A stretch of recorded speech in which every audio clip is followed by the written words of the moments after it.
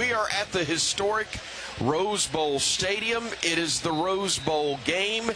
It's Alabama, it's Indiana, and it's the quarterfinals of the college football playoff. I'm Chris Stewart alongside Tyler Watts, Roger Hoover, our broadcast host, Corey Reamer, our Cooks Pest Control sideline reporter. We're so glad to have you with us, Tyler. We are so glad to finally be within a half hour of kickoff for this ball game. A lot of conversation, still more to take place, but finally these teams are ready to play, and we're ready to see them get after it. Yeah, I'm fired up about this, and I know that the Alabama football team is as well. After a great victory in Norman, Oklahoma, earning the spot to be able to play against Indiana, the Big Ten champs, here in the Rose Bowl. They're looking forward to it as well. Looks like the rain's going to hold off, at least for the moment being. Who knows if it'll be off and on, but the field looks great. It does indeed. It's our countdown to kickoff, presented by Spire, your natural gas provider. Switch to natural gas and save with big rebates from Spire. Let's get into the scouting report. Tyler, what have you got for us? This is one of the most fundamentally sound teams that Alabama will have faced all season long. They are solid defensively at all three levels. A very disruptive defensive front. They're able to stop the run and apply pressure on the quarterback, typically with only a four-man rush. Some of the most aggressive linebackers that you're going to see in the country. They get downhill, but they also do a great job in coverage of not only dropping back into zones, but then latching on to wide receivers, respectively, when they get in their areas. And then they fly around the football. And then the secondary, really a tight-knit group that does an incredible job of preventing big plays. They tackle well in the secondary. They are just sound all the way across. Not a lot of guys that are just like, oh, my goodness, we got to figure out a way to stop him. But they are sound across the board defensively. Offensively, it all starts with Indiana's ability to control the line of scrimmage and run the football. They got a couple of backs that are hard pounders but also have a tremendous amount of speed in Roman Hemby and Kalen Black. They get to the perimeter, they utilize that speed, but they're tough between the tackles, and it's all behind that big offensive line. And then Fernando Mendoza, the Heisman Trophy winner, he feeds off of that run action with the RPO, getting it out in space to his receivers. He takes care of the footballs. I think it's 30 touchdown passes and only 6 interceptions on the season. But don't get caught worrying about everybody else, because on third and short situations, he's not scared to run the quarterback draw, pick up first downs. He has good legs as well. So he's a dual threat guy there at the quarterback position. We're so glad you're joining us on the radio side of things. I understand you like to watch the game on television, but we're giving you an opportunity to do both. You can sync your TV in the comfort of your own home by going to syncmygame.com. That's syncmygame.com to find out exactly how you can sync our radio broadcast with your coverage as well. Let's take a look, Tyler, now at the star to watch for Alabama. Who have you got in this one? Man, I have gone all over the place. I think it's Josh Cuevas, though. His ability today, he was such a difference maker versus Oklahoma after being out the previous 3 weeks. How healthy is he in today's contest? Can he make a difference? Ty Simpson loves to utilize him against linebackers with mismatches. He's good down the sideline, good in the blocking scheme as well. He's kind of a safety net for Ty Simpson. I'm going with Josh Cuevas. I indeed hope that is the case. He has been such a big part of Alabama's success. Another one of those guys who's kind of coming back home to the West Coast. We talked about it. He is an L.A. native, played at Campbell Hall High School, Cal Poly, and Washington before he made his way to the University of Alabama. And with 33 catches on the year, 4 touchdowns, hopeful that he can play a major role in this one for the Crimson Tide today. When we come back, we've got more leading up to our countdown to kickoff of the Tide and the Hoosiers right here on the Crimson Tide Sports Network from Learfield.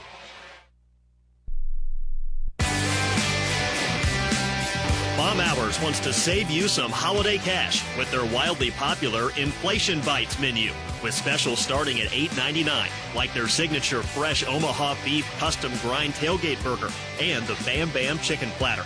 Receive a free Red Diamond iced tea or Pepsi product with any Inflation Bites handheld or entree.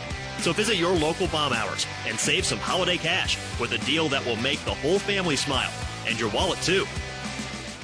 Bama fans, Why wait to start your college journey? With the University of Alabama Early College, high school students can earn college credit from UA now, online or on campus. Students are eligible after completing the 9th grade with a 3.0 GPA or higher. Thousands of students across Alabama and the United States are already part of the Crimson Tide tradition. So don't just cheer for the Tide, join it. UA Early College. Legends start here. Visit earlycollege.ua.edu to learn more. Roll Tide. Game day is about big plays and big energy, but it's also about the little things. It's about the energy of a community coming together to cheer for our heroes on the field, the tireless work that goes into every game from the front gate to the 50-yard line, and making memories that last a lifetime. Alabama Power knows that dedication makes all the difference. That's why we're here to keep you moving with reliable power and the programs that help you save. Now that's big. Alabama Power, proud sponsor of the Alabama Crimson Tide. Game day is back, and you know what that means. Every down, every drive, and every snack counts. That's why Golden Flake is always the go-to, the real MVP when it comes to bold flavor. For over 68 years, Golden Flake has been the South's go-to snack for Saturdays. So if you want a game-winning bite, reach for everyone's favorite snacks. Golden Flake, proud to be the official potato chip of Alabama football. Being a Chevron car these days has been quite the adventure. Miami to Seattle, ocean to ocean. I've stopped at so many states and collected so many bumper stickers.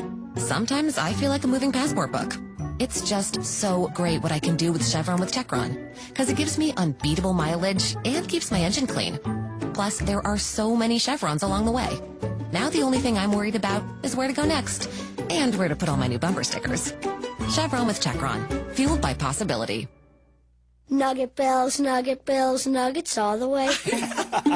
Hi, I'm Kylie. I'm John. And I'm Garrison. And a little thing we love about the 30-count Chick-fil-A nuggets is sharing them when we cut down the Christmas tree. We will pack the car with gifts, and of course, we go and pick up our family's favorite nuggets. Every nugget is tasty times quadrillion. And we get all the sides. Yeah, the ooey gooey mac and cheese is a big hit.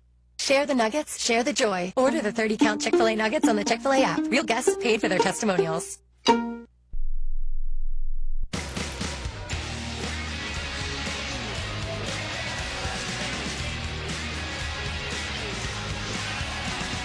Big thank you to West Shore Home for sponsoring our Warrior of the Game this season. We've been proud to recognize the brave men and women of our armed forces each week, and we thank them once again for their dedicated service to our country. The Warrior of the Game has been presented by West Shore Home. If you need a bathroom remodel, new windows, doors, or flooring, the experts at West Shore Home have you covered. Learn more at westshorehome.com. Tyler Watts, both teams in the locker rooms right now. This is it's the final few moments before they get to come out, finally play. Take us through what it's like in that setting right now. Well, it's all about just getting mentally ready to play their game. Everybody goes into their own little space, and mentally how they're preparing for this really alters. Some will obviously go to music. Some will just want to be in quiet thought, going through the play sheet of what they can expect, the looks that they're going to see, trying to play this game out mentally prior to coming out onto the field. Alabama, the lower-seeded team, number 9 seed in the college football playoff format, will get to wear those beautiful road whites again to the crimson helmets. Indiana, the red, and it's, again, uncharted territory for them. This is a program that's been over 6 decades since they last played in a Rose Bowl game. Alabama 2 years removed as a program. A lot has changed, though. We were trying to get to the national championship game that season against what would have been a Washington team coached by the guy that's now our head man. It's amazing how many things have occurred in the span of a couple of seasons, but it is a special opportunity that you hope this team can win and not wrap up the season, but as was the case then, advance to another round. Well, and I think most importantly right now, Chris, is you're wanting to put your best foot forward and play your best football of the season. And whatever happens, happens. But you want to be hitting on all cylinders for the entire 60 minutes of this game, something Alabama, quite honestly, has struggled to do throughout the course of this season, of really hitting that peak. Now, that's something that you can be optimistic about, though, is we have our best football still ahead of us. But make no mistake about it, Alabama's going to need to play their best of the year today to come out of here with a victory. The Crimson Tide taking on the Indiana Hoosiers, and when we come back to Pasadena, it will be the kickoff. The Crimson Tide and the Hoosiers. This has been our countdown to kickoff, presented by Spire, your natural gas provider. Switch to natural gas and save up to $800 with rebates from Spire. Learn more at spireenergy.com/Roll Tide. The starters and the kick when we come back on the Crimson Tide Sports Network from Learfield. This has been the Countdown to Kickoff show, presented by Spire, your natural gas provider. Switch to natural gas and save with big rebates from Spire. Alabama football is also brought to you by Guthrie's, home of the original chicken finger and proud partner of the Alabama Crimson Tide. Visit us in-store or online at Guthrie'sChicken.com. Roll Tide. And by T-Mobile. Alabama rolls with T-Mobile, the best mobile network in the U.S. according to Ookla Speed Test. Coming up next, it's time to roll into the college football playoff quarterfinals at the Rose Bowl. Live from Pasadena, California, on the Crimson Tide Sports Network from Learfield. Get power to spare with a Honda generator for the ultimate tailgate experience. Honda gives you economical, portable power when and where it's needed most. It's perfect for powering a TV, crock pot, blender, or a variety of other party favors. And best of all, these gasoline-powered generators all have easy-starting, dependable Honda engines. We'll get the party started and keep it going. Get turned on to a reliable Honda generator. It's perfect for the ultimate tailgate experience. Aw, shucks. The game's on TV, but I can't listen to the call of my favorite team broadcasters. Never fear. Sync My Game is here. Sync My Game? Yes, Sync My Game. If you have a DVR and streaming device, head to syncmygame.com from Learfield. It's never been easier to hear the impassioned voices of your favorite radio crew synced with the TV. Wow, thank you, Mr. Just remember, syncmygame.com. For years, everyone thought Verizon had the best network, because they did. But now the best mobile network in the U.S. is T-Mobile. T-Mobile's network has the most advanced 5G, with more towers, and their signal reaches further than ever. So you can text and Insta-talk and say, "You won't believe where I am." T-Mobile has the best mobile network in the U.S. based on analysis by Ookla of Speed Test Intelligence Data 1H2025. See T-Mobile.com/network. Alabama football postseason is here, and your game day look matters. Find your next Crimson Tide favorite at Shop Avo. Proudly featured in the Soup Store and a proud partner of Gay Alabama. Supporting Alabama student athletes every time you shop. From elevated game day styles to everyday essentials, Shop Avo helps you rep the Tide in a whole new way. Shop Avo in the Soup Store or online at shopavo.com. Shop Avo. Style, substance, and Crimson Tide pride. Are you ready for your winning moment? Find it at Wind Creek Casino, where the action never stops. Hottest games, loosest spins, more ways to win. We've got the highest payouts and the most epic rewards. At Wind Creek, there's a win waiting for you around every corner. Wind Creek Casino. Find your winning moment. Gambling problem? Call 1-800-GAMBLER. For 48 straight years, Ford F-Series have been the best-selling trucks in America. We got here by engineering breakthrough technology, redefining Built Ford Tough, and never settling for second best.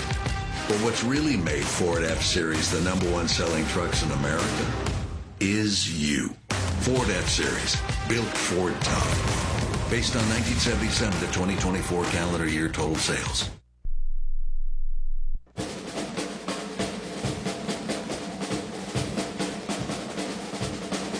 If you're listening to this broadcast, it's a good bet that you know this song. You know, the one that says, remember the Rose Bowl, we'll win then? Yes, the Bama fight song, Yay, Alabama. Though for many years, for teams in the SEC, the Rose Bowl was not really part of the postseason equation due to the Bowl's 1946 tie-in with the Pacific Coast Conference and the Big Ten. But it was very much part of the equation in 1926 when Yay, Alabama was written by UA student F. Sykes.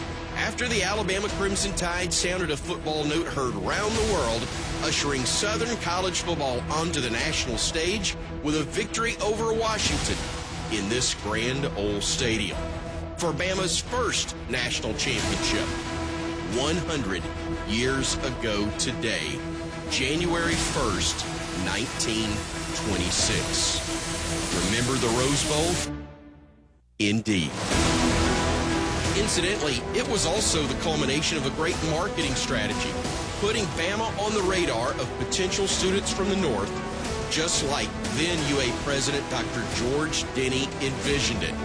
That's why his name is etched in stadium stone, in crimson flame, right alongside Bryant and Saban.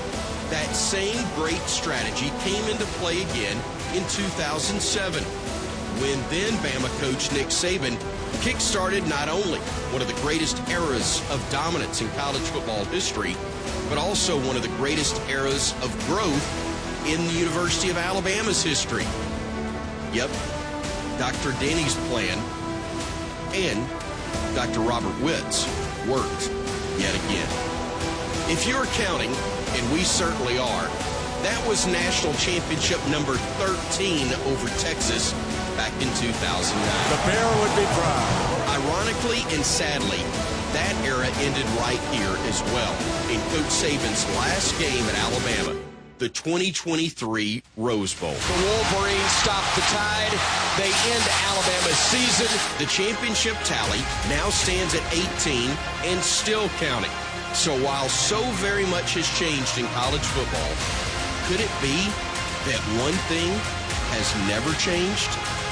Could this be when and where the next great era of Bama football truly gets started? It's happened before, twice. Remember the Rose Bowl? You betcha. Bama and Indiana in the Rose Bowl for a spot in the CFP semifinals. Next.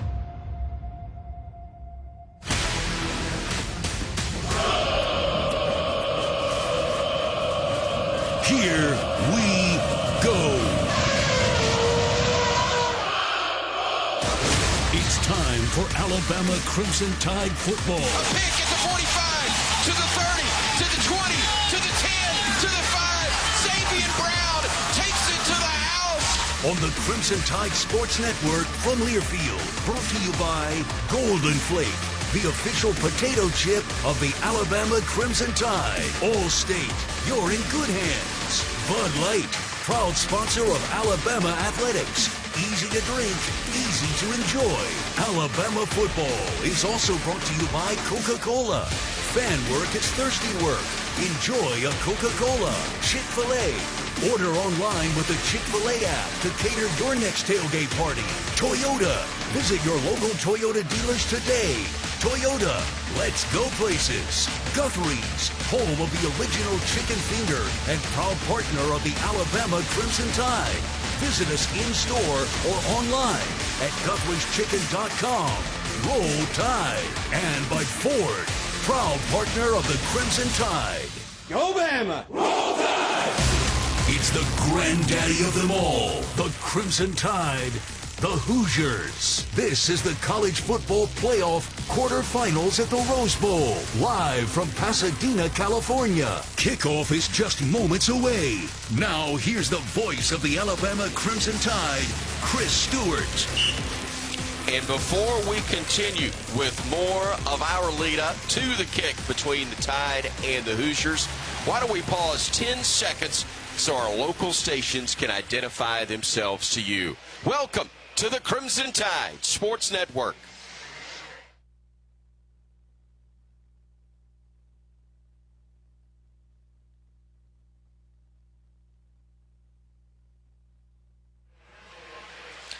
"62 degrees, low clouds." Not what we're accustomed to when we think of Pasadena and the Rose Bowl, but it is the granddaddy, and we are so thankful to be here. I'm Chris Stewart, the Vice President, General Manager of the Crimson Tide Sports Network is Jim Carabin. Our producer-engineer is Tom Stipe. Our video producer, Ethan Carabin. Studio engineer, Jerry Kelly. Broadcast host, Roger Hoover. Color analyst, Tyler Watts. Our Cooks Pest Control sideline reporter, Corey Reamer. Of course, our spotter is Butch Owens. Our scoreboard host today, Jet Ainsworth.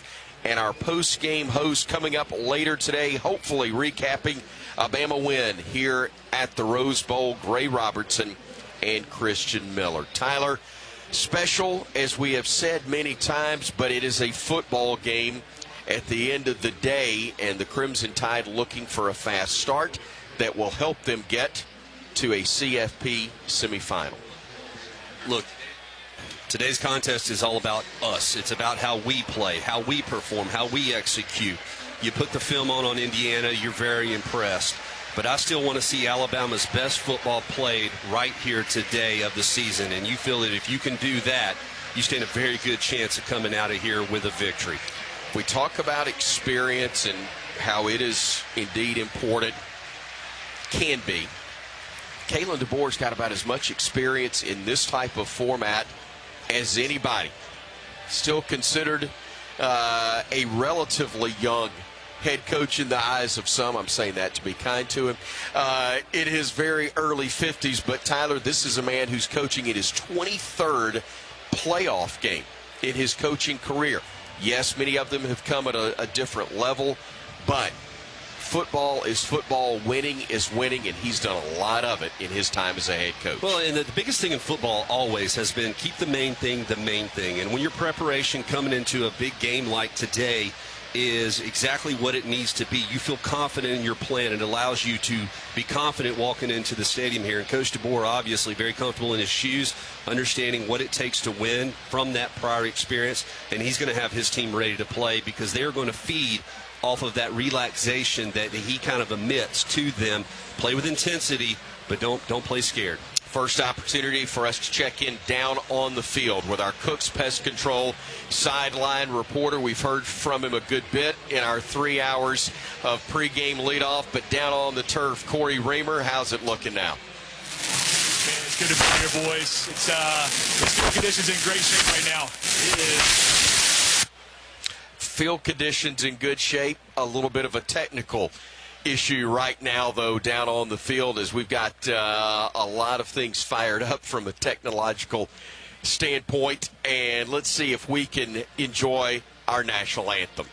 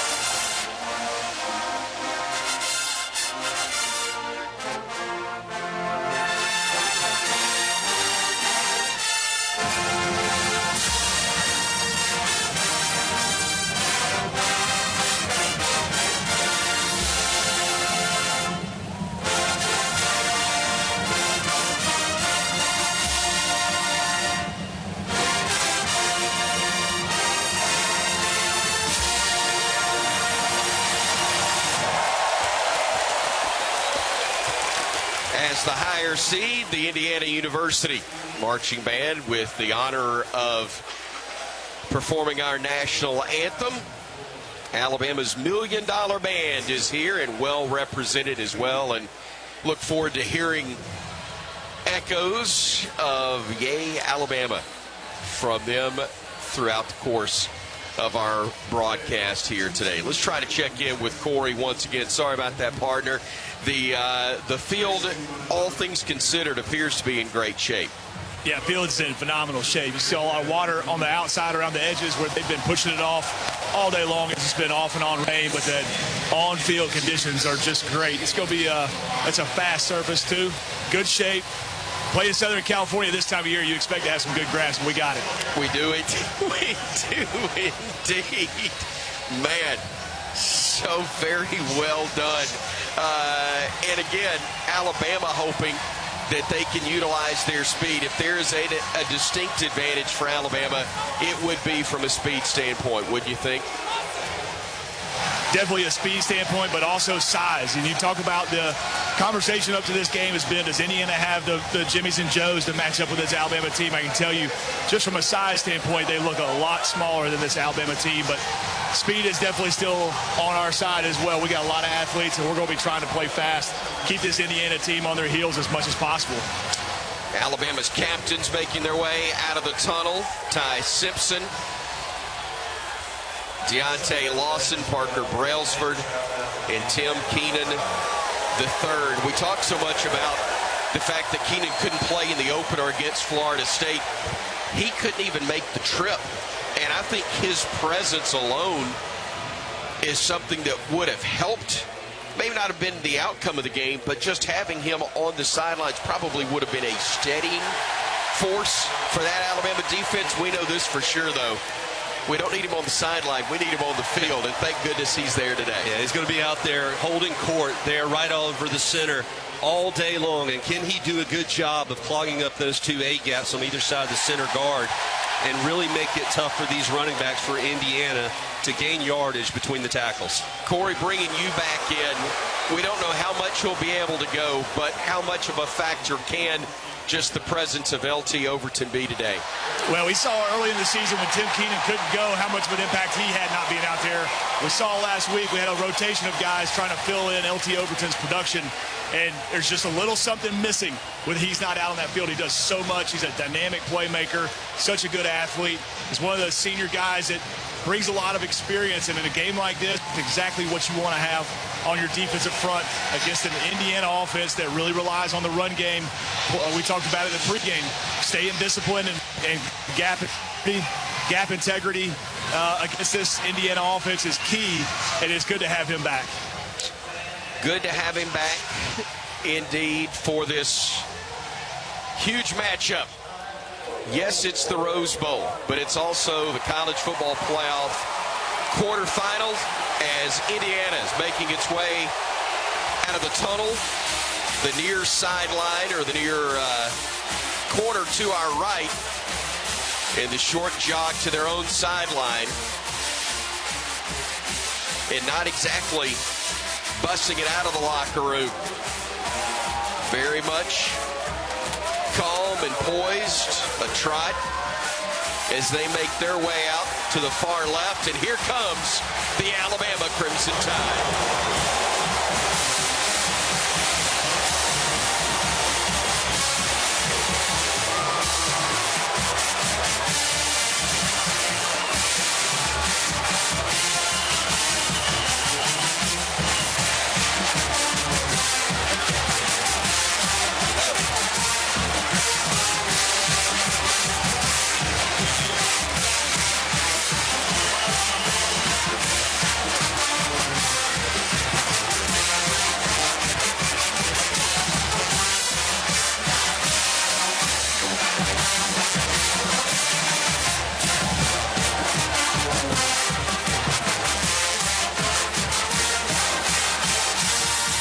Down to the field we go for the coin toss. Gentlemen, Happy New Year, and welcome to the College Football Playoff quarterfinal at the Rose Bowl game presented by Prudential. My name is Kevin Marr. I'm with the Big 12 Conference. Alongside with me is Mr. Rick Pedraza, our umpire. I'd like to take this time right now to recognize our important guests right now. First off, the president of the Tournament of Roses Association, Mr. Mark Levins. Next, the Grand Marshal of the Tournament of Roses, Mr. Irvin Magic Johnson.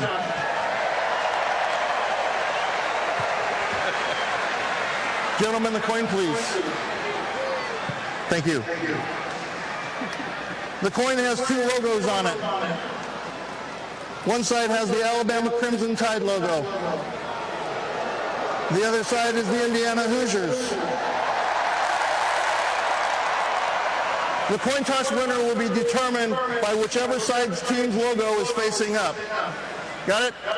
Ready to go. Here we go. Alabama Crimson Tide has won the toss. They've elected to defer their option till the second half. You want the ball. Which direction would you like to kick? Put your back over there, please.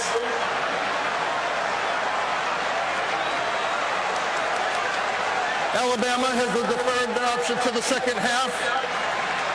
Indiana will receive in this direction. Shake hands. Good luck, gentlemen. And if in the midst of all of that you couldn't quite understand Kevin Marr, yep, the Grand Marshal. It's magic. I was always a bird guy myself, but still, that's pretty cool. And Tyler Watts, a lot of cool factors to this game. The coolest part, the Tide's in the Rose Bowl, and they're going for an opportunity to play in the semifinals. It is special, there ain't no doubt. And now it's showtime, baby. It is indeed. Our kickoff coming up, presented by Coca-Cola. Passionate fans and an ice-cold Coca-Cola. Now that's a winning combo. Fan work is thirsty work. Enjoy a Coca-Cola. So glad to have you with us as we broadcast live from the Alabama Credit Union broadcast booth. Feel good about your money. Feeling good about the Tide today as they take on an Indiana squad that has won the Big Ten title, has gone through the season unscathed, and is facing a Crimson Tide team that is going to do its best to advance once again. Did so in Norman, Oklahoma a week and a half ago, and now trying to do so in Pasadena. Roman Hemby and Solomon Van Horst are the deep men for Indiana. Connor Talty set to approach the football for the Crimson Tide. And 100 years after we first arrived in Pasadena, Alabama is here once again as the kickoff sails into and through the back of the end zone.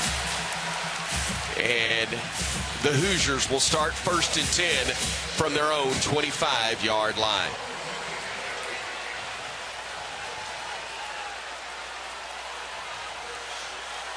The Heisman Trophy winner, Fernando Mendoza, will operate from the pistol formation with a single setback in Hemby behind him, the fifth-year senior. Snap, pressure coming, and on the first play, a sack recorded by the Alabama defense. Deontay Lawson and Yanze Pierre closing in on Mendoza to record the sack, Corey, right out of the gate. Yeah, a little late shift right there, but that defensive line get into a new formation, bringing a couple extra guys. Not going to sit back and let Fernando Mendoza get comfortable early in this game. Tight end to the left side of the formation. Or actually to the right side, excuse me, as they bring him in. They'll hand it off to Hemby, who will get to the 30 and actually the 31 before Justin Jefferson brings him down. A nice carry, but it's still going to be 3rd down and about 4 upcoming for IU. And that's just how good Indiana's running attack is. Hitting the backside, over pursuit by the Alabama defensive front, able to make this a manageable 3rd down. Surratt and Becker, the two wideouts left. They bring a man to the near side of the field. That's the tight end, who now will shift back left. Alabama showing about a 6-man front. The snap, the pressure coming, and the sack is recorded back inside the 20.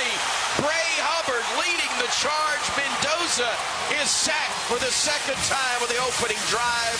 and Alabama forces Indiana to punt it away. It was zero-man coverage, no safety back, man-to-man, and we brought the house. And Bray Hubbard is able to work his way around completely untouched. And unlike so many other times this year, getting your hands on the quarterback and getting him down, so important. Now Alabama has an opportunity with Adams around his own 40 to start off this game with great field position. McCarthy standing at his own 5. He's averaging about 40 yards per punt.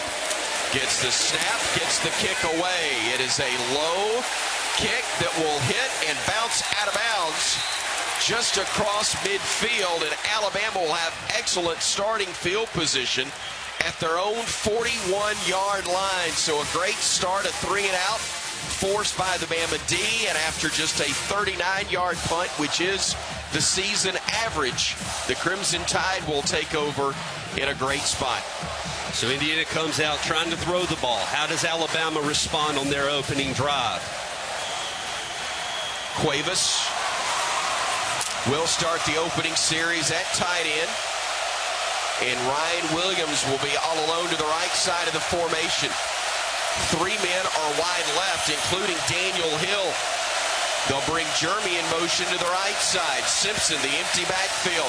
Looking, scrambling, trying to buy some time.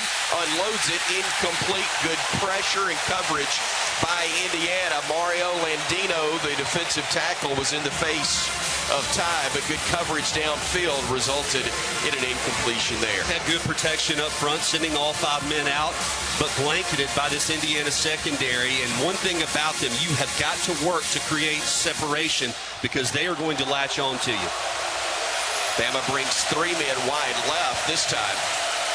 And as I say that, Jeremy will come in tight to that left side. Hill, the single setback to the left of Simpson. Now here goes Horton in motion. They'll swing it near side. Catch is made, and Ryan Williams will get about 5 yards on that play. It'll be 3rd and 5 upcoming. Jamari Sharp, the corner, had him in man coverage there. And now it'll be actually 3rd and 6 as we'll spot it right at the Bama 45.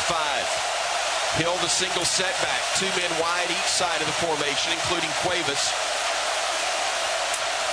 Bama gets the snap off, pressure coming, pass across the middle, catch is made, Hill stretches forward. Boy, that's a rough spot there. It looks like it's right at the first down mark, and they will indeed move the sticks. I thought he had it by more than a yard, but it was not a generous spot. It is, however, enough to move the chains. Daniel Hill, a little angle route, so he starts towards the flat and then cuts it back over the middle. Aiden Fisher, the linebacker, had vacated. Easy pitch and catch to move the downs. And Coach DeBoer talked about get that first down. First down, a big one indeed for the Crimson Tide. As on play action, Simpson's avoided the rush, goes to his right, scrambling, buying time, fires it out. Cuevas makes the grab and is slung out of bounds after a gain of about 7. A lot of pressure in Ty Simpson's face on this deep play action, trying to hit a shot down the field. A little bit of leakage up the middle, but he does a nice job working the pocket and then finding Cuevas wide open for a great gain on first down. So 2nd and 4 upcoming as Elijah Hardy making the stop. Hill is the single setback with Simpson operating under center. Ty will bring Horton in motion right. Stretch handoff, goes left side. Hill makes 1 man miss, hurdles forward and picks up the first down for the Crimson Tide. Tyler Brailsford doing a good job from that center position, pulling around as a lead blocker. A nice hold there on the left side by Cam Dewberry and Caden Proctor. Another bank first down for the Crimson Tide. 2 of them on this drive, moving the chains inside the 40 of IU. Bama to the 37 of the Hoosiers. 1st and 10, going from the pistol formation is Simpson. Hill behind him. 2 wideouts right. Hand off to Hill. Cuts it back. Gets stacked up. He'll get maybe to the line of scrimmage, but no more than that. Little stretch zone to the right side, and it's stalemated by the Indiana front 4. Not a lot of movement, not a lot of push. No holes were able to open up, so sets up 2nd and 10. Bama hurries to the line of scrimmage, though. They'll go with 2 men wide left and 1 to the right.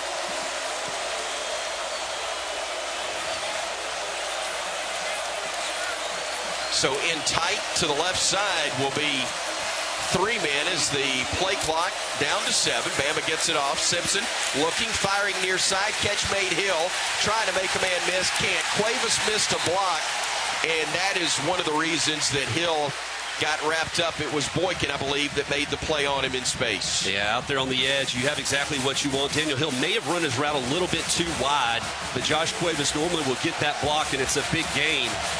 But now, first, third and long situation. So Alabama on a 3rd and long, we'll call it 3rd and about 13, with 2 men wide right, 1 wide left. That's Bernard. Tight end offset to the right side in Cuevas. Simpson getting the snap. Pressure coming from the edge. He avoids it, circles around, looking downfield, fires, and that is going to be broken up, thankfully, on a great play by Ryan Williams. That should have been picked off.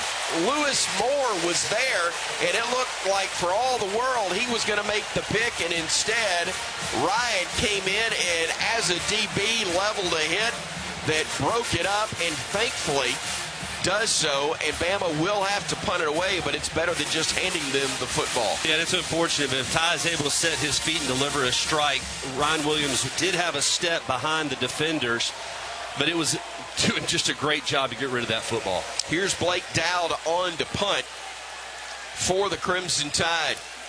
Standing at his 45, end under end punt. Beautiful. Hits and is down at the 3. Great job in coverage by Alabama, and I believe that was Wadzier Brooks down there who fielded it on a hop. It goes as a 38-yard punt, but it's perfect, pinning the Hoosiers down inside their 5. When we come back to Pasadena, scoreless early in the first quarter on the Crimson Tide Sports Network from Learfield. Alabama football postseason is here, and your game day look matters. Find your next Crimson Tide favorite at Shop Avo. Proudly featured in the Soup Store and a proud partner of Yay Alabama. Supporting Alabama student athletes every time you shop. From elevated game day styles to everyday essentials, Shop Avo helps you rep the Tide in a whole new way. Shop Avo in the Soup Store or online at shopavo.com. Shop Avo. Style, substance, and Crimson Tide pride. There's Team Pride, and then there's Extra Tide Pride. When I'm carrying the University of Alabama Regions Visa debit card or prepaid Regions Now card, that's exactly what I get. Whether I'm grabbing some extra Bama gear or picking up an extra dozen wings for the game, this card always brings it. Sometimes I get an extra Roll Tide from the cashier too. Visit regions.com/GoBama to get yours. Extra changes everything. And at Regions, Extra is our ordinary. Official bank of the SEC. Member FDIC. Hey, college football fans, I know you'd do anything for a win on game day and an ice-cold Bud Light. Because whether you're tailgating in the parking lot or parked on the couch, sitting on your lucky stool at the bar, or standing in the fan section all game long, the clean, crisp taste of Bud Light turns a win into a win-win. And there's nothing easier to enjoy than that. Bud Light. Easy to drink, easy to enjoy. Enjoy responsibly. Anheuser-Busch Bud Light Beer, St. Louis, Missouri. Scoreless at the Rose Bowl between Alabama and Indiana with 8:52 remaining in the first quarter.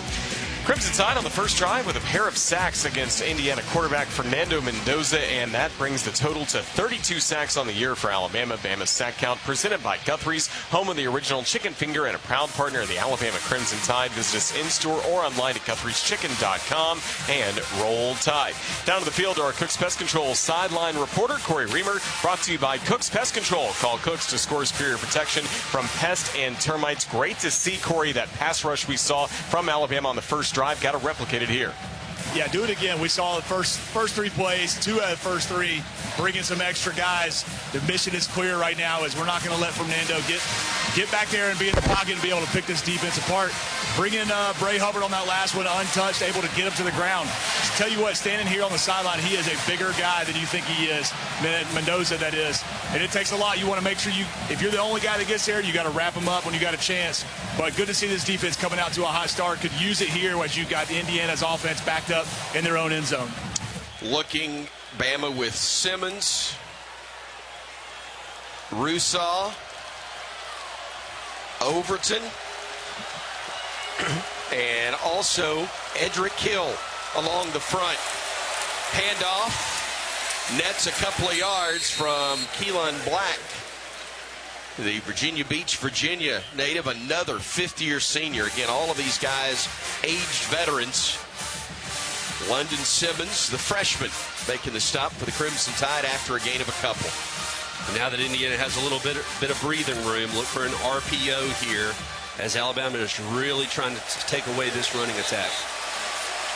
Black, the running back, to the left side of Mendoza as they operate from the end zone, waiting on the shotgun snap. They get it. They hand it off right up the gut, and there's running room to the 10, but no more, as lowering his shoulder on the play was Black. Alabama getting the stop from Quay Russaw. Kyle Green also in there on the tackle. And I tell you, these running backs for Indiana run so hard, north and south, not avoiding contact, punishing blows, trying to wear you out over the course of 4 quarters. Very important that we force a punt here and keep this great field position. Field spread. They've got wideouts to each side. Pistol formation again for Mendoza. He'll get the snap. He'll roll right. He'll look to throw. He'll fire across his body. Catch is made, and getting the first down there is Elijah Surratt. Well, that's a nice play. Always dangerous throwing back across your body, but it works for 8 yards and a first down for the Hoosiers. This is kind of a pick play right here, and Surratt is the picker, and he kind of just sits down a little stick route. It wasn't bad coverage by Xavier Brown, who stayed in man coverage, but just a really good throwing catch. Man, we almost got a deflection on that. Kyle Green had his hands up, and it looked like it went right through them. So 1st and 10 Indiana from their own 18-yard line. They set up a bubble screen left side. Catch is made, and they'll push the pile forward after the grab to the 27-yard line. Surratt again making the catch. That's another one that's such a fine line, Tyler. It could have been utter disaster for Indiana. Instead, it's a gain of 9. Well, and Red Morgan also shot it. I mean, he was trying to get the interception there and came pretty doggone close. He got held. Sure did. Yep, that's the reason he wasn't able to get there. By Mark Cooper. Yep. So 2nd and a yard and a half, we'll call it, as they've got a wide out coming in motion to the near side, putting 2 to this side of the formation. They'll set up the screen to Surratt again, and he is wrapped up on a beautiful play. Alabama's Xavier Brown making the stop. He's short, bringing him about a half-yard shy of the first down. I was afraid that was going to go for a whole lot more. Even if it had been a first down, I frankly would have been thankful that that's all it was. Indiana substituting 2 more offensive linemen in, so they're going heavy. No doubt that this is going right up the middle. 3rd and about a foot. Jumbo package in. They hand it off. They'll get the first down. Not a whole lot more. Bray Hubbard closed the hole quickly, but with the first down was Hemby. And that will set up a 1st and 10 for the Hoosiers as they get it out to the 29-yard line. So back-to-back first downs. After they had to start inside their own 5. Clock moving, 5:20 and ticking. Time left here in the opening quarter of play. No score. Alabama and Indiana at the Rose Bowl. Handoff goes left side to Hemby, and he will get to the 30. A gain of a yard. Jordan Renaud making the hit for the Tide, the Sarasota, Florida native, in his 3rd year. So 2nd and long situation. Keon Sabb also coming up hard in run coverage, sticking his nose in there for a very short gain. Nashville native Charlie Becker in at wide receiver.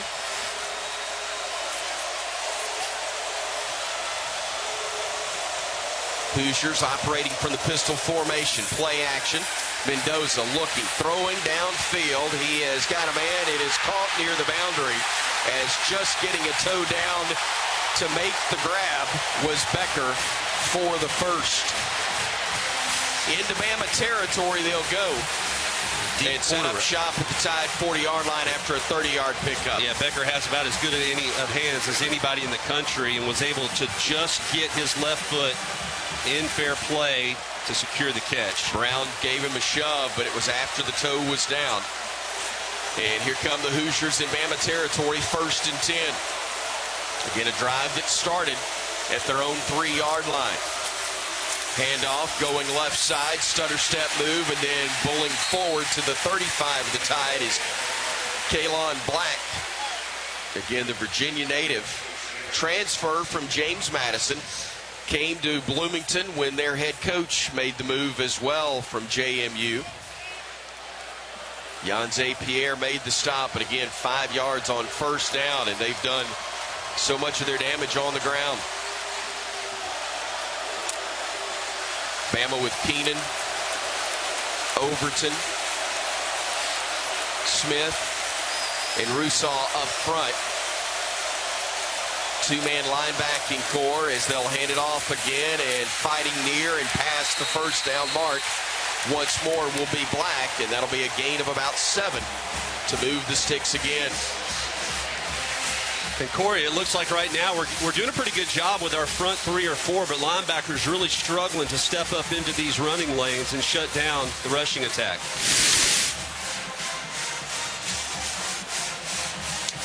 Again, our apologies, some technical issues with the interference on our wireless. Tom Stipe working hard to fix that for us as the Hoosiers operate from inside the Alabama 30. Play action, Mendoza swings it out near side.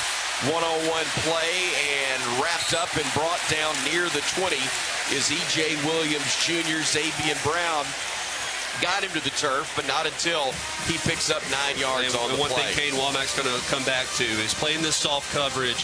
Fernando Mendoza is going to take that easy pitch and catch all day long. Anytime that he tags that inside run play, he sees that cushion with a cornerback and you're bailing, he is going to take that with his receivers. So the first down mark just inside the 20. Indiana just outside the red zone. Handoff, carry up the gut, stacked up, but after a gain of 5 and trying to keep the pile going, and thankfully they blew the whistle before they got about 3 or 4 more yards. But this Indiana offensive front imposing its will at the moment, along with the strong running backs led by Kalon Black. And we're trying to slant the defensive front to take away some of these rush lanes, but these backs for Indiana are really good at recognizing that and hitting the backside. The linebackers have to step up and take that away. Hemby checks in as Black exits. Becker in motion. They'll hand it off again. Stacked up with nowhere to go was Hemby. And Alabama able to do the job there. Edric Hill leading the way for Alabama's defense. With no gain on the play, it'll be 2nd and 10 from the Crimson Tide's 13-yard line as the clock ticks to 1:30 and moving left to go opening quarter. And we talked about it in the pregame. This is really where you have to win these fights and forcing field goals. Indiana has done so much damage in the running game, but you have to be able to force them and keep them out of the end zone. 2nd and 9 upcoming on what is the 14th play of this drive. Hemby, the running back, to the right of Mendoza, and a timeout's going to be called by the Hoosiers with 1:07 remaining. First charge timeout in this first quarter. Indiana. Media time. Timeout on the field. We'll take the break as well. Again, 1:07 remaining first quarter. No score here in Pasadena at the Rose Bowl in the college football playoff quarterfinal matchup between Alabama and Indiana on the Crimson Tide Sports Network from Learfield. For years, everyone thought Verizon had the best network, because they did. But now the best mobile network in the U.S. is T-Mobile. T-Mobile's network has the most advanced 5G, with more towers, and their signal reaches further than ever. So you can text and Insta-talk and say, "You won't believe where I am." T-Mobile has the best mobile network in the U.S. based on analysis by Ookla of Speed Test Intelligence Data 1H2025. See T-Mobile.com/network. The Crimson Tide and the Hoosiers at the Rose Bowl. This is Alabama Crimson Tide football from Learfield. Fall in Alabama means 2 things to me: Crimson Tide football and enjoying the great outdoors. This is John Parker Wilson here to talk about my favorite Alabama-based outdoor brand, Tom Beckby. They're celebrating 10 years as Alabama's premier outfitter. Whether you're getting outfitted for your next great adventure or suiting up for your tailgate, Tom Beckby has you covered with great gear all designed right here in Alabama. Visit Tom Beckby in Birmingham, Tuscaloosa, and online at tombeckby.com.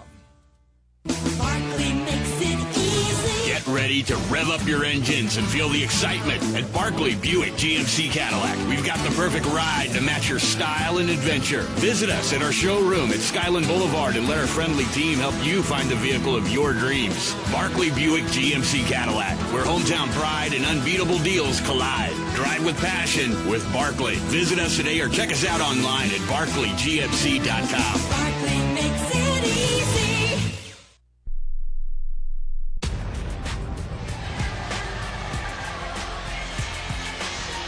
1 minute, 7 seconds remaining in this first quarter from Pasadena. No score between Alabama and Indiana, but right now the Hoosiers knocking on the door with 2nd and 9 on the Alabama 12-yard line. Tide football is presented by T-Mobile. Alabama rolls with T-Mobile, the best mobile network in the U.S. according to Ookla speed test. We'll go down to the field to our Cooks Pest Control sideline reporter Corey Reamer. Corey, Indiana's been great this season in the red zone. What has to happen here for the Crimson Tide to get a stop or limit the Hoosiers to 3 points? Well, this is a big opportunity for this defense. We talked about it pregame. Keeping guys out of the end zone could be a lot of field goals for this game with the way these defenses have been playing all season. Guys shut down this run. It's been killing us in this drive right now. These, like Tyler said, these running backs have been running hard north and south, just picking up some extra yards. But this is a big momentum play right here. This defense can get a stop and force this field goal. 2nd and 9 upcoming for Indiana. Again, the line of scrimmage just outside the 12 of the Crimson Tide. No score at the moment, but this drive started at their own 3, and Indiana's taking it to the Alabama 13. Mendoza looking to throw straight across the middle, and it is busted up beautifully. Tim Keenan III absolutely leveled Riley Nowakowski. So they sent Roman Hemby into motion on the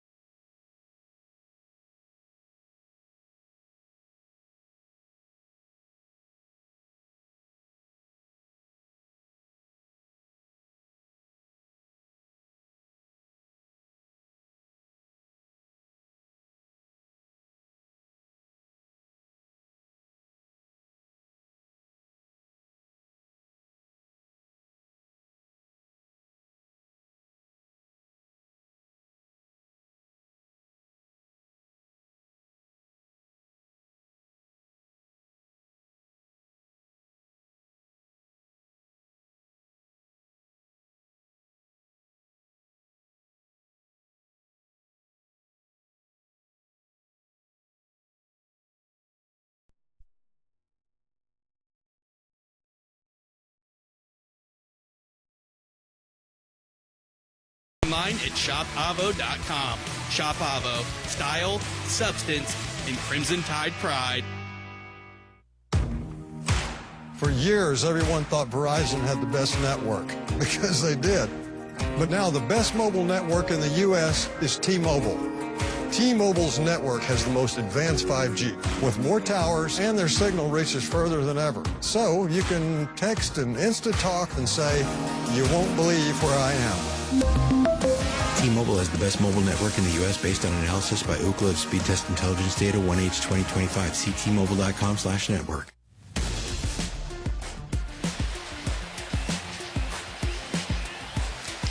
Indiana leads Alabama thanks to a 31-yard field goal, 3-0 in this game. That is just 3 seconds deep into the second quarter, still 14:57 remaining in the first half. Again, the Hoosiers lead the Crimson Tide by a 3-0 score. We go down to the field to our Cook's Pest Control sideline reporter, Corey Reamer, brought to you by Cook's Pest Control. Call Cook's to score superior protection from pests and termites. Got the stop, at least keeping the Hoosiers out of the end zone there from the Alabama defense. Corey, now how about this Crimson Tide offense returning to the field? Had a first down, had some good things in that first drive. And again, our apologies. The wireless system in the entire stadium is jacked up. This is not a CTSN issue. This is the entire stadium, because even the wireless headsets, Tyler, are out for Indiana, and that will impact whether Alabama's able to use their communication or not. So, again, that's an adjustment that we're all having to make right now. Both quarterbacks, linebackers are having to deal with this, as well as our broadcast. But very important drive here for Alabama to be able to stack some first downs on top of one another once again. The kickoff will sail over the head of Rico Scott and into the end zone. It'll be a touchback. The Tide will have it at the, I said Rico, excuse me, Lontier Brooks saw it go over his head. So it will be 1st and 10 Alabama from their own 25-yard line. The Tide had a couple of first downs on its initial drive before things stalled out, but it would be nice to give that defense a little bit of a rest. Yeah, they need to, and just getting positive yardage here. 4 or 5 yards a pop would be great on this drive. Jam Miller in the backfield behind the quarterback, Ty Simpson, who operates under center. He's got wideouts to each side. Stretch handoff to Jam left side, who gets hit at the line of scrimmage and will lose a yard on the play.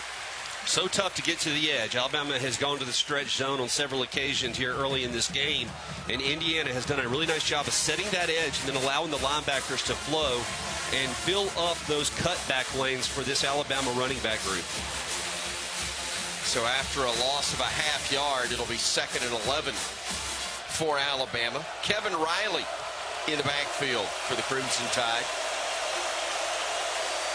As in motion is Bernard. He went left. Now he'll shift back to the right, as it looks like Ty, who operates under center, may be changing the play. Handoff to Riley, and he'll fight forward, and he'll get 1.5 yards, maybe 2, but it's going to be 3rd and long upcoming. Hosea Wheeler, the man who makes the stop, the defensive tackle for IU. And Jose Wheeler playing the end man on the line of scrimmage, along with Isaiah Jones, the linebacker, who really applied the pressure from the backside. We just missed a block. We talked about in the pregame, all 11 guys have got to do their job to have success offensively. Alabama with 3rd and 9. Brooks, one of 3 men to the right side of the formation, along with Ryan Williams and Jeremy Bernard. Daniel Williams to the left of Simpson, who operates from the pistol. Hoosiers with a 4-man rush. Ty steps up. He's going to try to run for the first down. He'll get to the 30 and gets hit as he gets across the 35. Oh, they're going to say he slid down and give him a horrible spot at the 34. Boy, that is tough. Yeah, and he wasn't sliding. He got tackled. Let's see this spot here. His knees. This should be come on, this is close. You got to review this. And also maybe look at helmet-to-helmet contact as well at the end of that play. Right now, Alabama keeping the offense on the field. Not sure if this is to buy more time for this play to be reviewed as far as the spot, or if we're just going to roll the dice and go for it here. Let's see. 8 seconds. It's going to be an empty backfield with Daniel Hill in the Wildcat. And a timeout's going to be called by Indiana. The Hoosiers using their second timeout. Second charge timeout, Indiana. Media timeout. We'll take the break, as everybody on the field does as well. 12:44 to go, second quarter. 3-0 Indiana, but Alabama a fourth and right at a yard when we come back here on the Crimson Tide Sports Network from Learfield. Game day is back, and you know what that means. Every down, every drive, and every snack counts. That's why Golden Flake is always the go-to, the real MVP when it comes to bold flavor. For over 68 years, Golden Flake has been the South's go-to snack for Saturdays. So if you want a game-winning bite, reach for everyone's favorite snacks. Golden Flake, proud to be the official potato chip of Alabama football. It's the college football playoff quarterfinals at the Rose Bowl. This is Alabama Crimson Tide football from Learfield. This is Jack's country, and on game day, nobody shows up empty-handed. Make a winning play with Jack's Catering. Hand-breaded chicken fingers, crispy fried chicken, scratch-made biscuits, and all the southern sides your crew craves. Whether it's a game watch or a family get-together, Jack's brings the flavor that scores every time. Order now at eatatjacks.com or on the Jack's app. Jack's, all about the South. With Marathon Rewards, you'll earn on every fill-up, which is amazing news for every kind of driver out there. Whether you're a wait forever to filler-upper, a routine topper-offer, a relentless road tripper, an occasional commuter, or just a regular old point A to beer, everyone can earn rewards and save up to $1 a gallon. And you can join Marathon Rewards online, through the app, and even at the pump, making signing up easy for every kind of signer-upper. At participating locations, terms and conditions apply.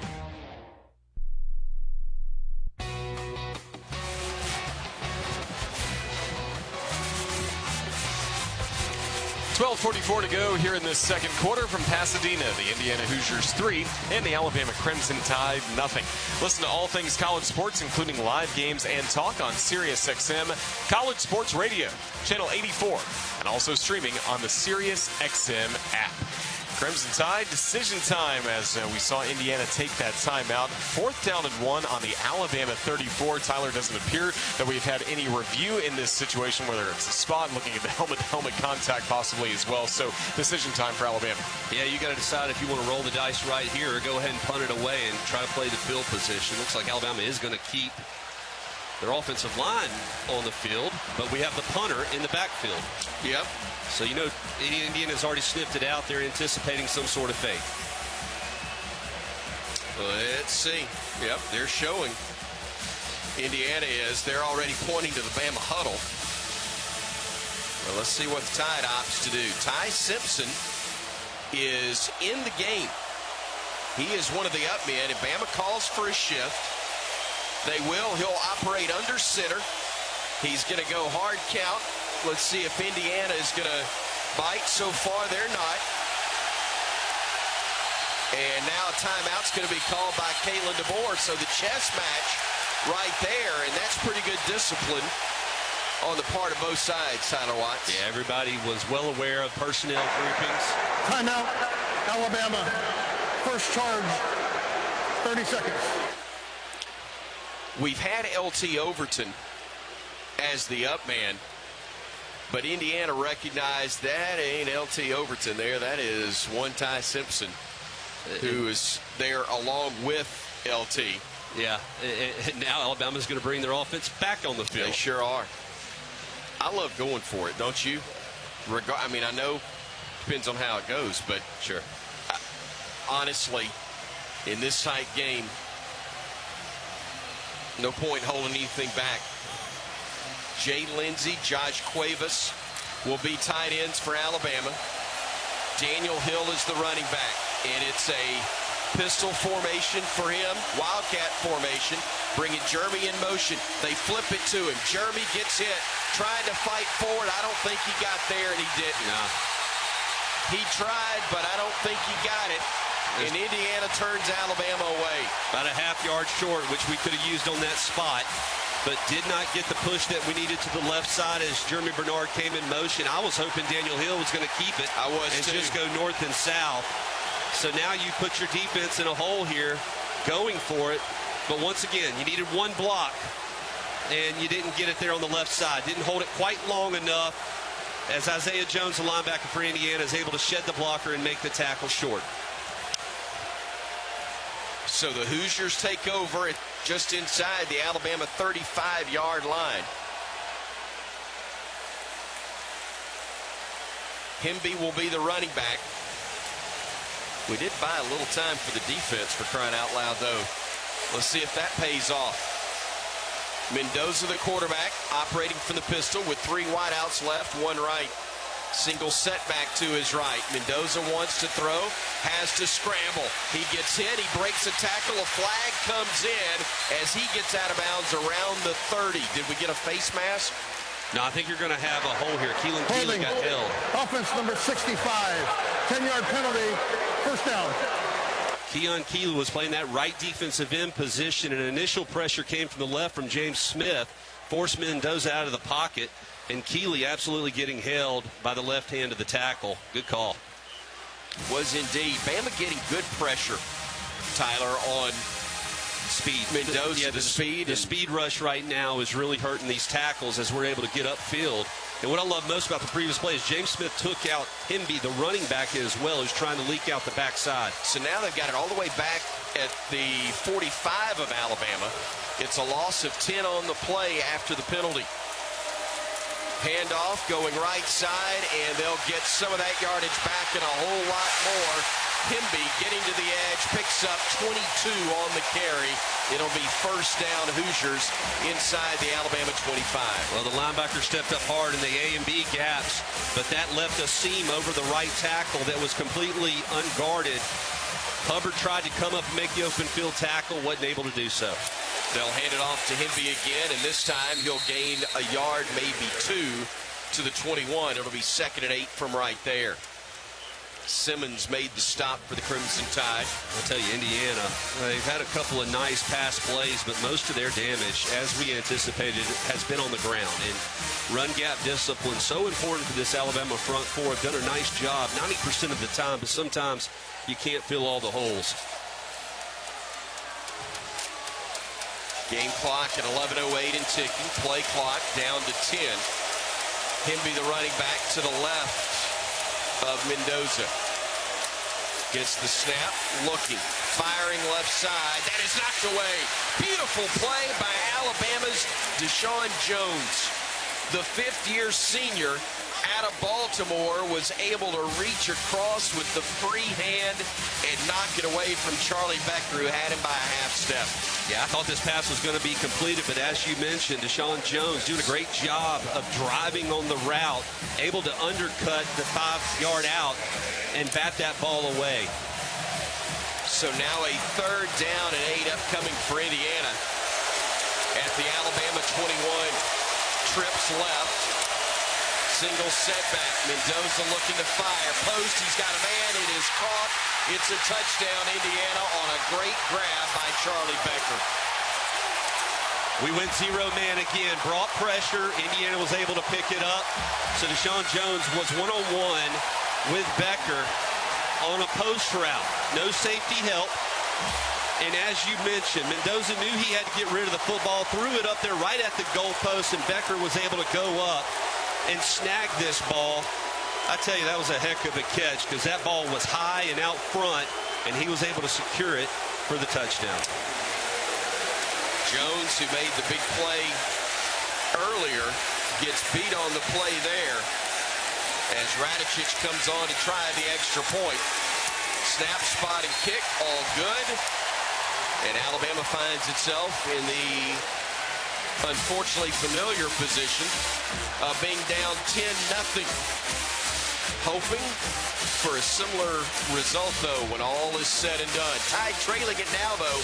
10:49 to go in the 2nd quarter here in Pasadena when we come back on the Crimson Tide Sports Network from Learfield.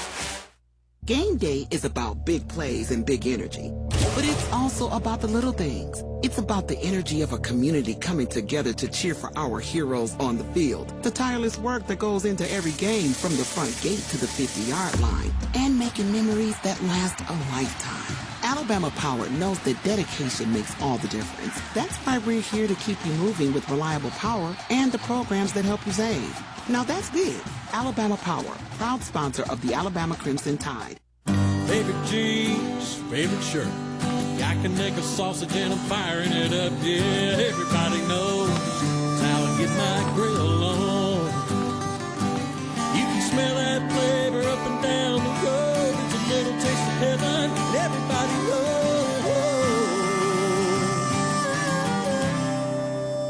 That's how I get my grill on. Kanaka sausage. It's just a little taste of heaven. Alabama football postseason is here, and your game day look matters. Find your next Crimson Tide favorite at Shop Avo. Proudly featured in the Soup Store and a proud partner of Gay Alabama. Supporting Alabama student athletes every time you shop. From elevated game day styles to everyday essentials, Shop Avo helps you rep the Tide in a whole new way. Shop Avo in the Soup Store or online at shopavo.com. Shop Avo. Style, substance, and Crimson Tide pride.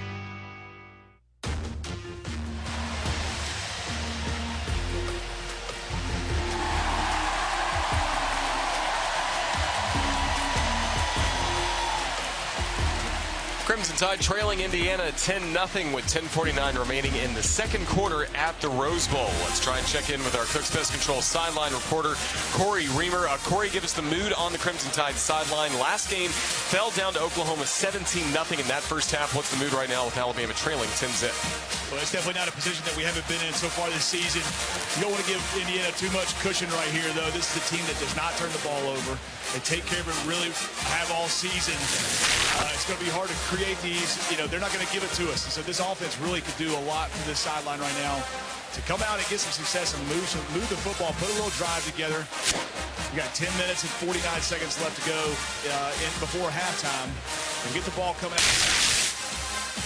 Yeah, Corey, and you mentioned it, Indiana might not be huge at the linebacker position, but, man, they are good at getting off of the block. So Alabama's going to have to be creative here, how they're going to push the ball down the field. While we got a moment, let's pause 10 seconds for station identification. This is Crimson Tide Sports Network.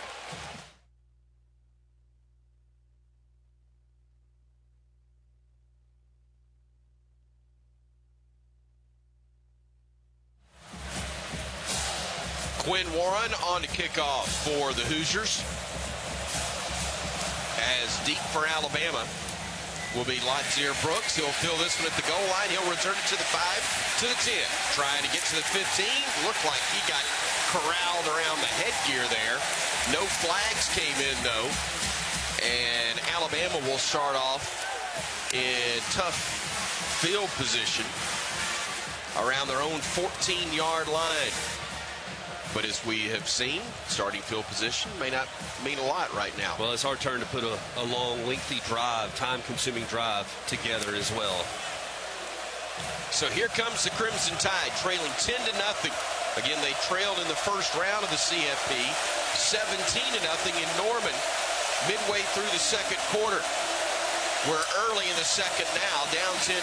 Simpson play action, rolls left, fires, catches made. Ryan Williams made a man miss initially, and then he corrals him after a gain of about 4, maybe 5 on the play. Jamari Sharp is the guy that held on for dear life to record the stop.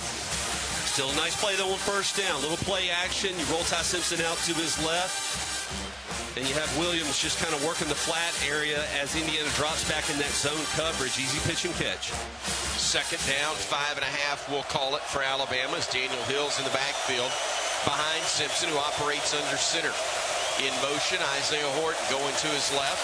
Play action, rolling the pocket to the left. Ty firing, has a man, catch is made. Bernard, 35, pushed out of bounds. It'll be a bank first down. after a gain there of about 12. It's early on here. A little play action is what's getting this Indiana defense. They're so aggressive, and then you're able to get your talented wide receiver on the linebacker on a drag route. Easy pitch and catch once again to move the ball close to the 37-yard line. Didn't give him enough credit. About 17 on that pickup, we'll call it now. To the 37 as Hill is in the backfield. The tight end lines up in front of him in the traditional I set play action. Swung near side, incomplete. Trying to connect with Bernard. And we're really fortunate there as they had a big defensive lineman who was in that passing lane briefly. It was Kamara, the stud position as they call it. He definitely is that from the end, who almost knocked it down. 2nd and 10 upcoming for the Crimson Tide. Pistol formation for Simpson. Hill offset to his right. They'll hand it to Daniel, and he's going to be wrapped up for no gain on the play. Just not able to get any kind of push along that offensive front. Well, it's also the backside leakage. We talked about the importance of staying on your block, and Mario Landino here does a good job of working against us. We're unable to pick up the puller there. I think Wilkin Formby actually missed, and it's no gain once again. Now another 3rd and long. It is 3rd and 10. Alabama only 1 of 3 on 3rd downs. Big here with a tie down 10-0. 8:54 to go here in the 2nd quarter of play. Cuevas joining 2 other receivers to the near side of the formation. Simpson with time, stepping up in the pocket, has to run now, and will go down at the 38-yard line. Did he tuck it too soon? It might have. I thought he had Ryan Williams. Corey, did you see anybody coming open? Can't go to him just yet, but hard to tell there. But thought the protection was really good. You had a middle hole player, a linebacker dropping back, but I thought you had Ryan Williams wrapping around him, coming open late. And, you know, that's what's so tough, though, is you're not going to get but a good 3.5 seconds to deliver the football against this defensive front. Brady standing back at his 35 will field this one on the run, gets to the 40 and then scoots free to the 43-yard line. Dowd's punt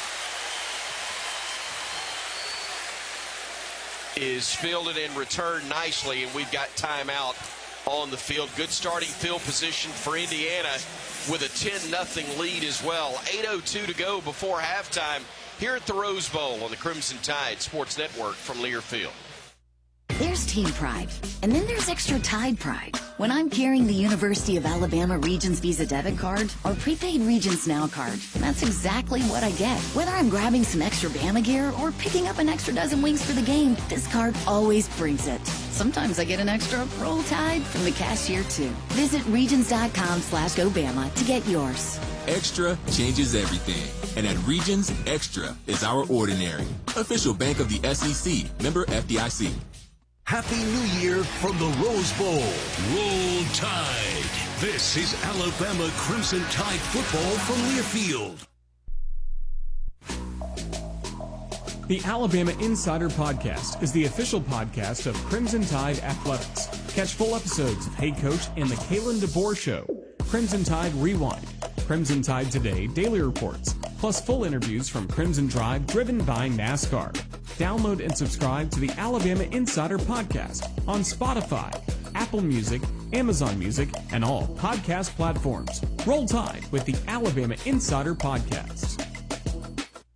Hey, Crimson Tide fans, it's college football season, and SeatGeek is the official ticket marketplace of Hail Marys and walk-on heroes. SeatGeek makes it easy to find tickets so you can be a part of all the action this season. Whether you're buying or selling tickets to Alabama football games or to any other live event in your area, SeatGeek is the place to do it. SeatGeek is the official ticket marketplace of the Alabama Crimson Tide. Let's go Crimson Tide. SeatGeek.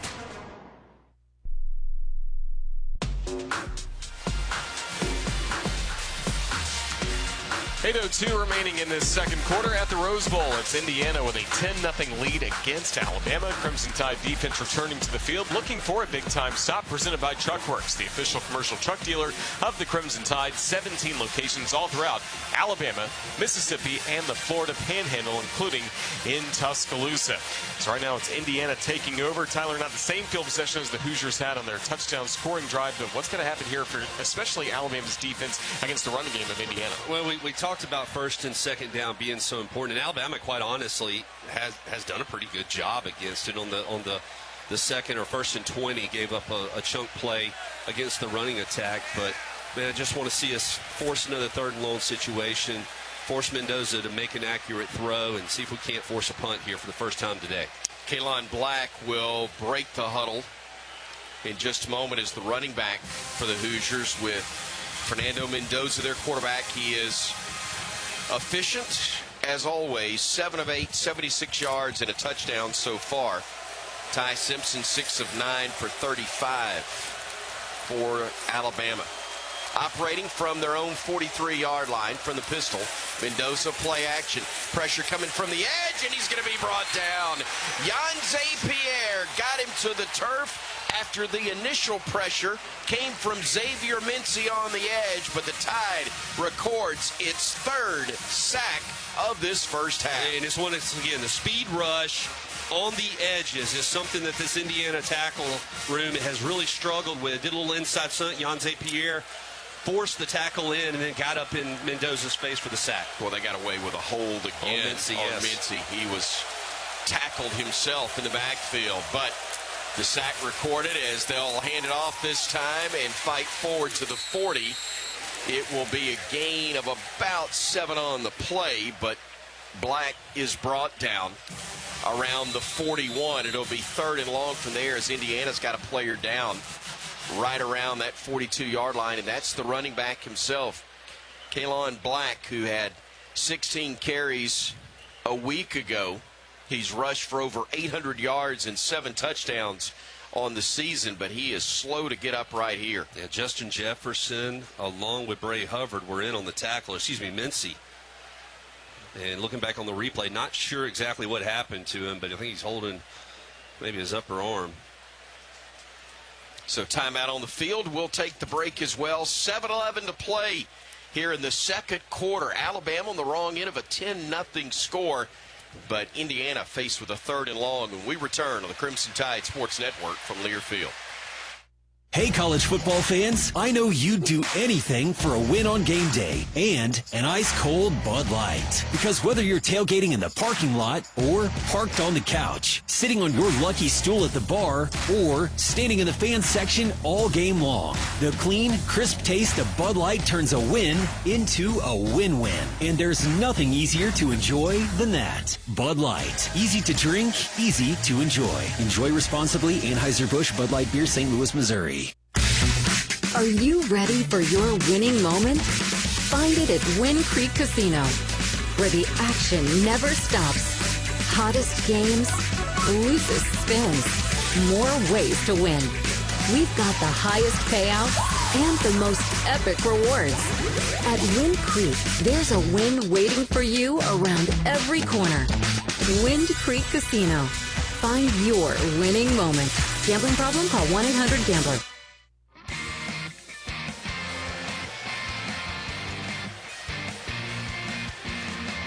7 minutes, 11 seconds remaining in this second quarter. Still the Hoosiers 10 and the Crimson Tide nothing at the Rose Bowl. We just had an injury timeout brought to you by Andrews Sports Medicine, whose team of doctors help you achieve victory over injury. Andrews Sports Medicine, the official sports medicine provider for the Crimson Tide. Let's check in on the field with our Cooks Pest Control sideline reporter Corey Reamer, as Alabama's defense got the huge sack, and now a huge third down coming up, trying to stop Indiana and get a 3-and-out.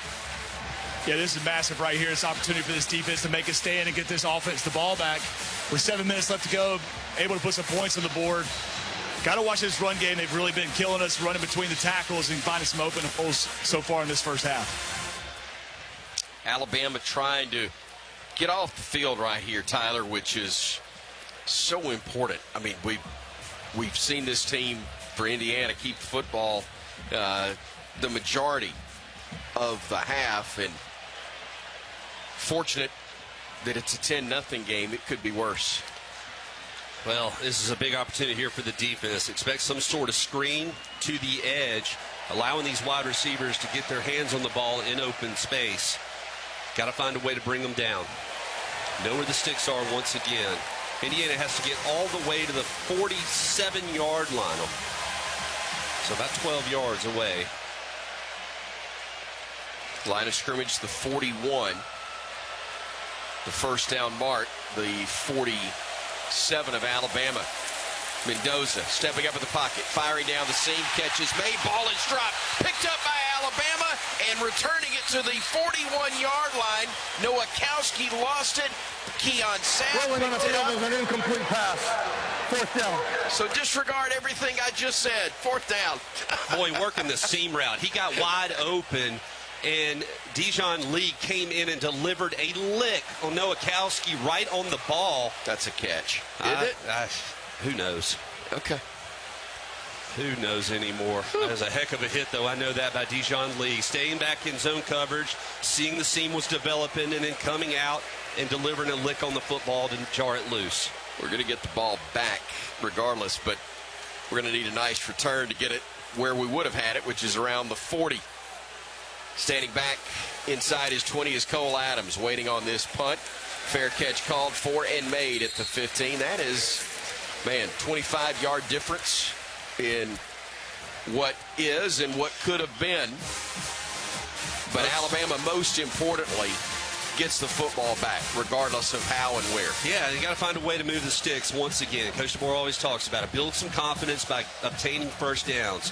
Had some success on the previous drive with some play action, and then found yourself into the third and long situation with great coverage, so the protection has to be strong up front.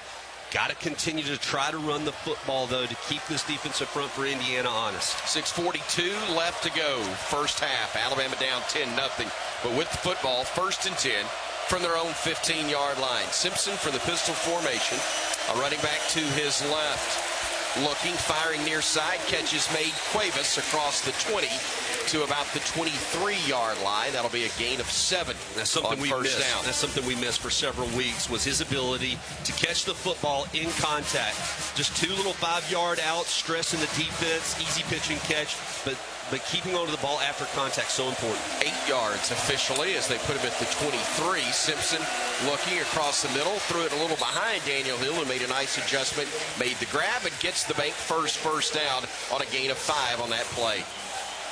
Short hitters once again, though. Ty Simpson just trying to dissect this defense, trying to build that confidence and move the sticks. Jeremy on the right side, that's the near side of the field.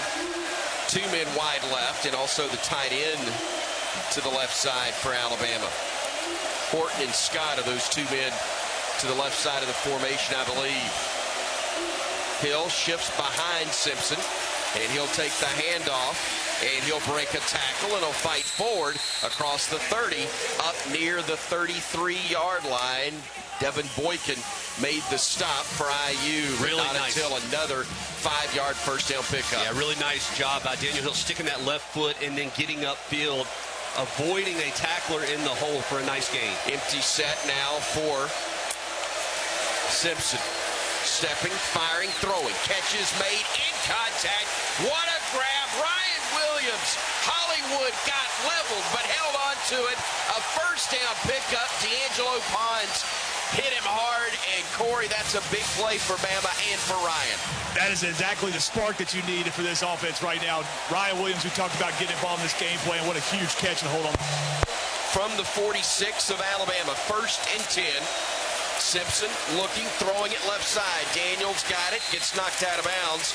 A gain of 3 is all they're going to give him, though. Boykin made the stop. But again, positive yardage on first down. And man, that was maybe the catch of the year from Ryan Williams when you consider how hard he was hit and as he was making that grab. Huge play right there for Hollywood. And he was fired up when he got up, which really ignited the rest of the offensive unit as well.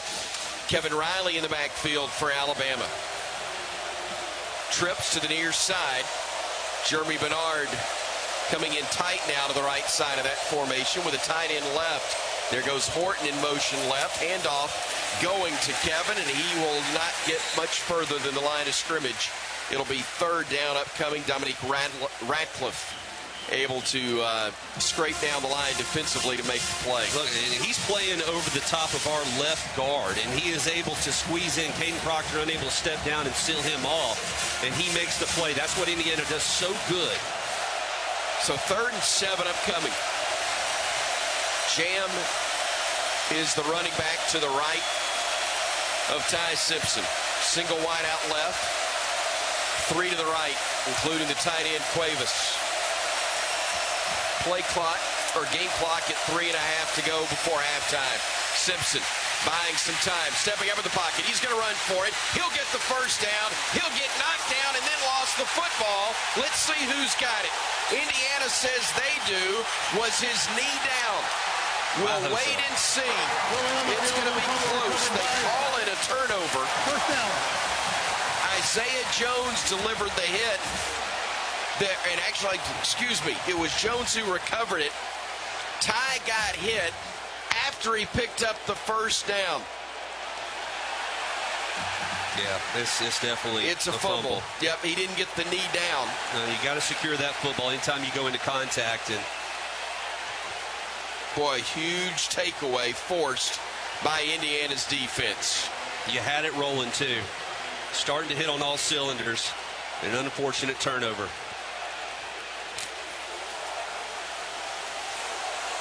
Fighting for every yard, but sometimes you just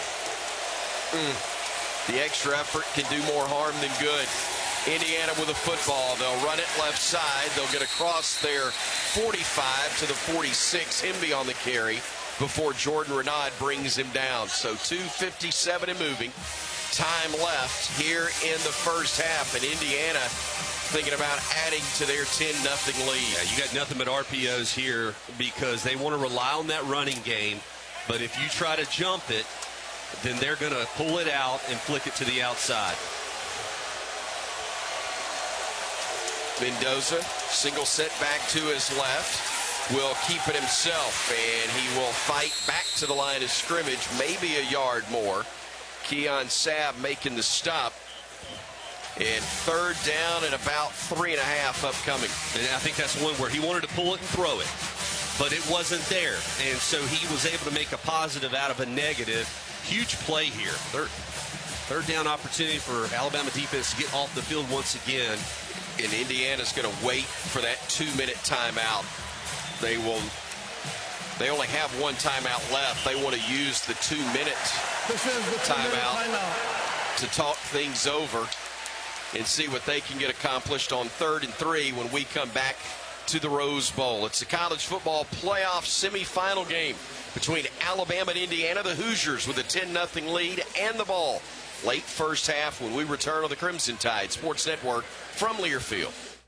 Game day is about big plays and big energy, but it's also about the little things. It's about the energy of a community coming together to cheer for our heroes on the field, the tireless work that goes into every game from the front gate to the 50-yard line, and making memories that last a lifetime. Alabama Power knows that dedication makes all the difference. That's why we're here to keep you moving with reliable power and the programs that help you save. Now that's big. Alabama Power, proud sponsor of the Alabama Crimson Tide. We're just about ready for kickoff. Score 0-0. And suddenly, I'm in the mood for a Coke Zero Sugar. Real Coke taste, zero sugar. That hits the spot. When it comes to great taste, Coke Zero Sugar's always on the scoreboard. Coke Zero Sugar. Real Coke taste, zero sugar. Hi, this is Coach Kalen DeBoer. Coke Zero Sugar is the Coke taste you love with zero sugar. Try it today and roll Tide.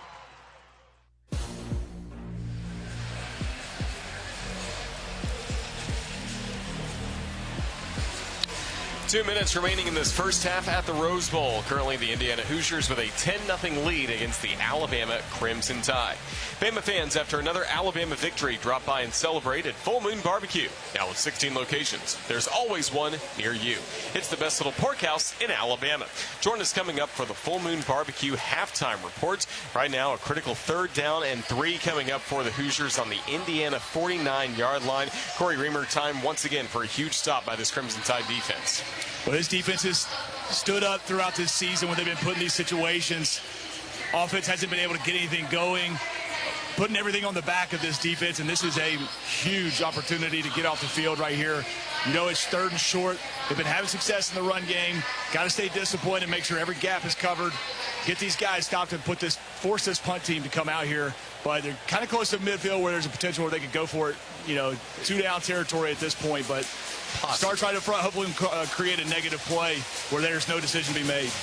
Yeah, I think you always have to be mindful of Fernando Mendoza on the quarterback draw in this exact down and distance. They love to spread you out, create a lighter box, and then use the running back as a lead blocker for Mendoza.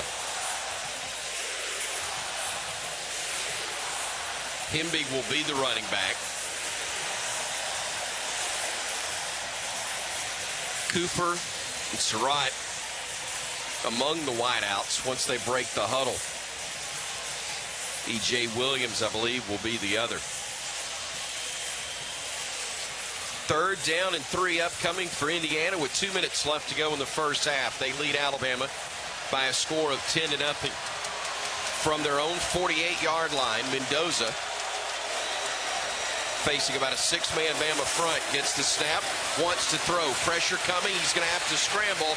He's trying to buy time. He buys more than that. He gets a first down across midfield, across the 45, and down to the 45 of Alabama. Well, you played it about as well as you could up front. You took away the RPO as he pulled it out, but then you're unable to squeeze that pocket there, and Mendoza is able just to stumble his way forward and move the chains once again. Renaud trying to wrap him up. Yeah, you're right, they did. So from the 44, the Crimson Tide, 1st and 10, Indiana. Handoff going left side. They'll try to bounce it to the edge, and they do, turning it up and getting down to the 37-yard line is Hemby. Devontae Jackson had the edge there, and he didn't get it set. Came up hard from that cornerback position, but did not keep containment as it was a big gain on first down. About 7 or 8 yards, but getting to the boundary stops the clock with 1:23 to go in this second quarter. Williams will go far to the far side of the field, but the handoff will go to Hemby right up the gut. He'll get forward for about 3.5 yards, and that'll be enough to move the sticks for another first down. Bray Hubbard making the stop for Alabama. Now the Hoosiers will hurry to the line. Alabama initially showed substitution, but decided not to make a change there. Justin Hill is going to stay on the field, and what are they discussing now?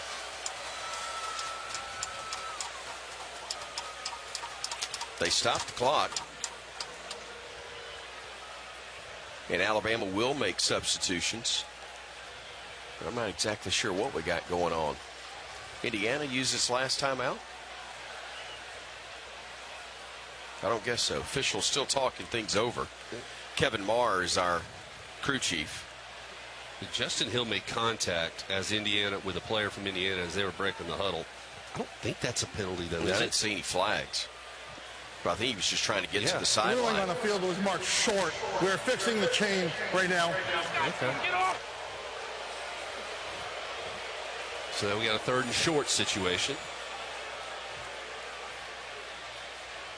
And they're going to fix the chains. Something's tangled up on the side. Clock operator, please put 1:20 on the game clock, please. It'll be 3rd and short. This is big because Indiana's coming in with their heavy package once again, so you know a run's coming. Safeties have got to be. The previous play is under further review. Phew. So this play under review presented by Ziegler Meats. Pick up the same Ziegler Jumbo Franks served in Bryant-Denny Stadium at your local grocery store.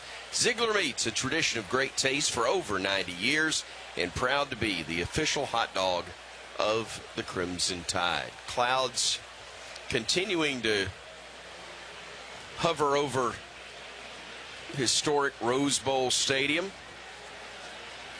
San Gabriel Mountains, a little more visible, but nowhere near what we're accustomed to with this gorgeous venue. But thankfully the rain that we had all of last night and through a good bit of the morning has subsided, and while it is still cloudy, at least we don't have the rainfall that was taking place earlier. Unfortunately, it's cloudy from a Tide perspective right now. Wrong end of a 10-0 score with 1:20 to go before halftime.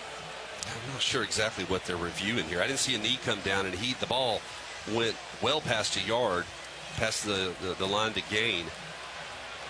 But I like the break. The defense gets an opportunity to catch their breath. You know that a run potentially is what's coming regardless, probably. For Indiana will take a shot with 1:20.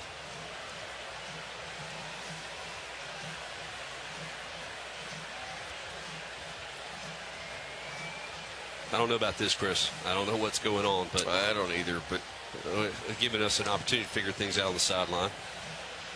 Now, here we go. After further review, the ball carrier reached the 33-yard line. It'll be 1st and 10 from the 33-yard line. Big difference between the 35 and 33. But look, first down doesn't matter. It's about not giving up any more yardage from this point on. Keeping Indiana obviously out of the end zone and forcing a long field goal try.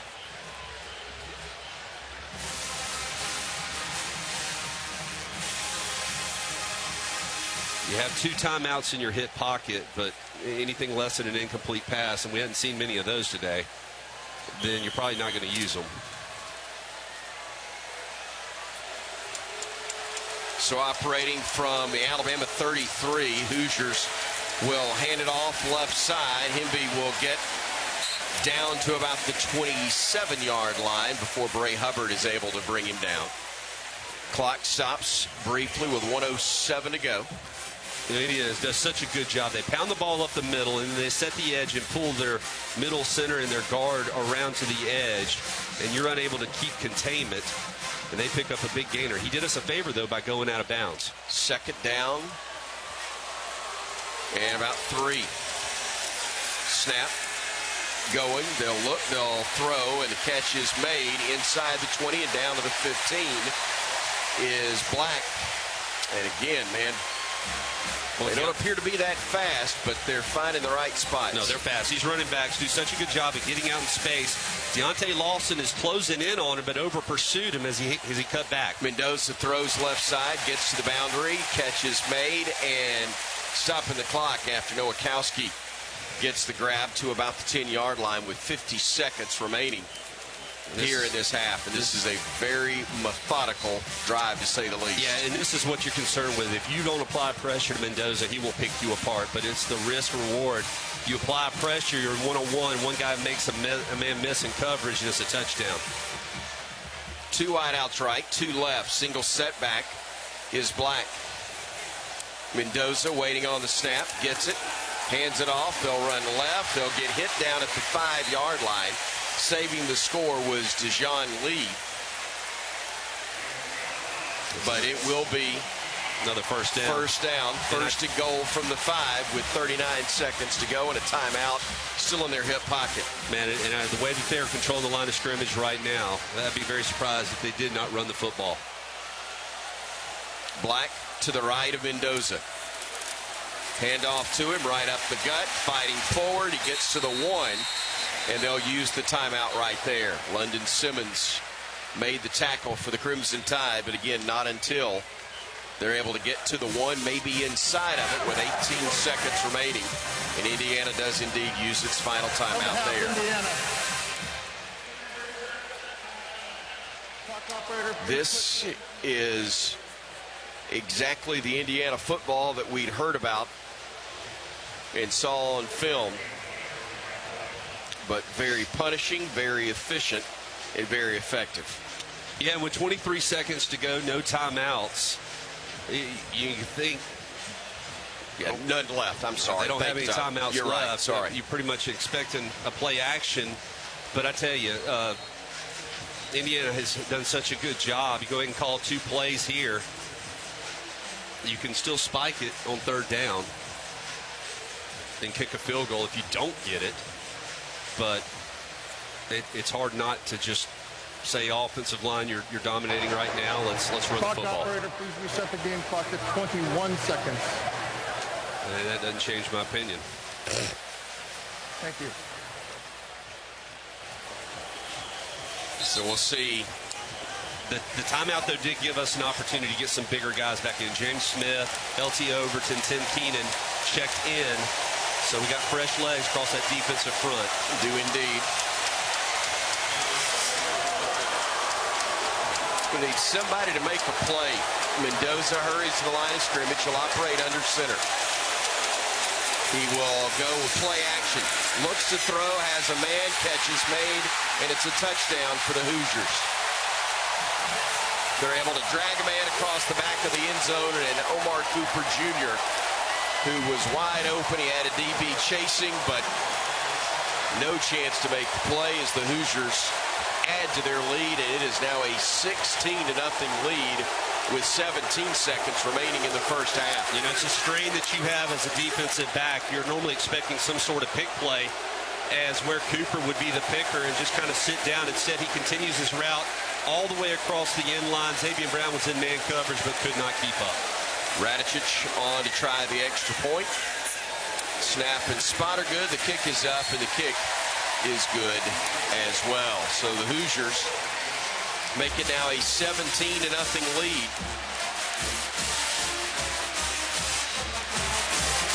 As the Crimson Tide is in the exact same spot they were a week and a half ago in Norman, Oklahoma. The difference is we'd gotten it to 17 all by this point after falling behind 17-0. Now it's going to take quite a start to the third quarter when Bama will get the football first if they're able to rally from 17 down for a second straight game. It's going to be tough, and now you're kind of second guessing some of the decisions that you made. Obviously, 14 points off of essentially 2 turnovers for Alabama. The turnover on downs that resulted in a short field, it resulted in a touchdown, and then Ty Simpson's fumble, where Indiana was able to march it down. Kickoff sails into the end zone. It'll be a touchback, and we'll see if Alabama rolls the dice at all with 17 seconds from their own 25-yard line and 2 timeouts left. You got 2 timeouts. Yeah.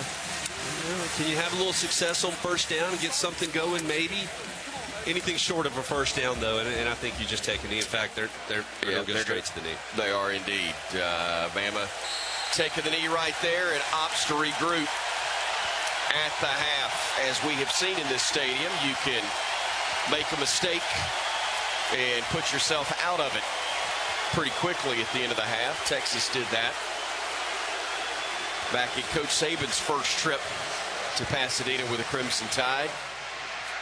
We will find out momentarily what Kalen DeBoer's thoughts are on the first 30 minutes when he joins our Corey Reamer. Our conversation with the coach will be brought to you by T-Mobile.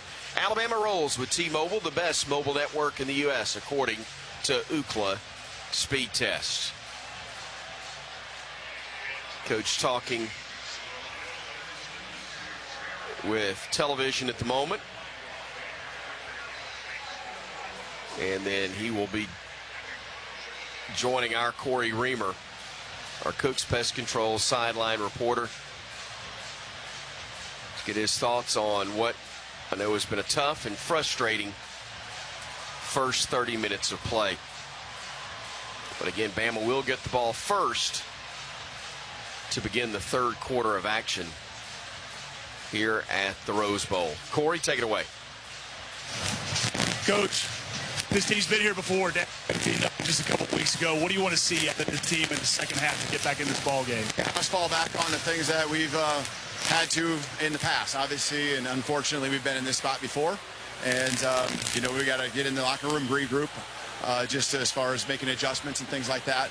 Our defense has made them earn it. They've had a couple of short fields. Obviously one of those is on me with going for a fourth down, but we just got to keep playing. It's a four-quarter game for a reason. We've known that for all because of the season and what we've been through. Appreciate it, Coach. Thank you, Coach. Thank you, Corey, and thank you again to T-Mobile. Roger Hoover's got you covered at the half. When we come back, 17-0, Indiana leading Alabama at intermission here on the Crimson Tide Sports Network from Learfield.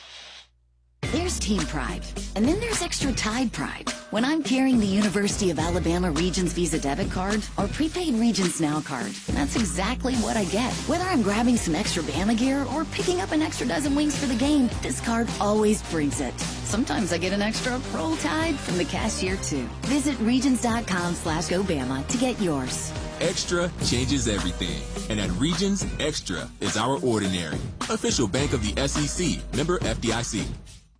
We're just about ready for kickoff. Score 0-0. And suddenly, I'm in the mood for a Coke Zero Sugar.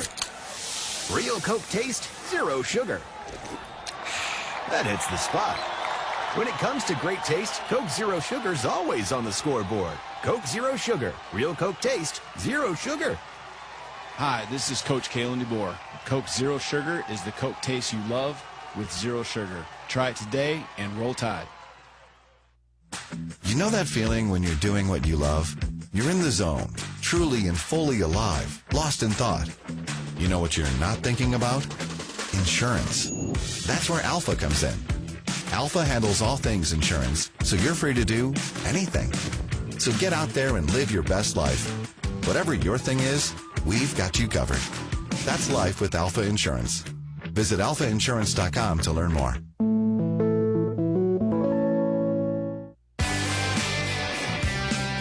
Bomb Hours wants to save you some holiday cash with their wildly popular Inflation Bites menu, with specials starting at $8.99, like their signature fresh Omaha beef custom grind tailgate burger and the Bam Bam chicken platter. Receive a free Red Diamond iced tea or Pepsi product with any Inflation Bites handheld or entree. So visit your local Bomb Hours and save some holiday cash with a deal that will make the whole family smile, and your wallet too.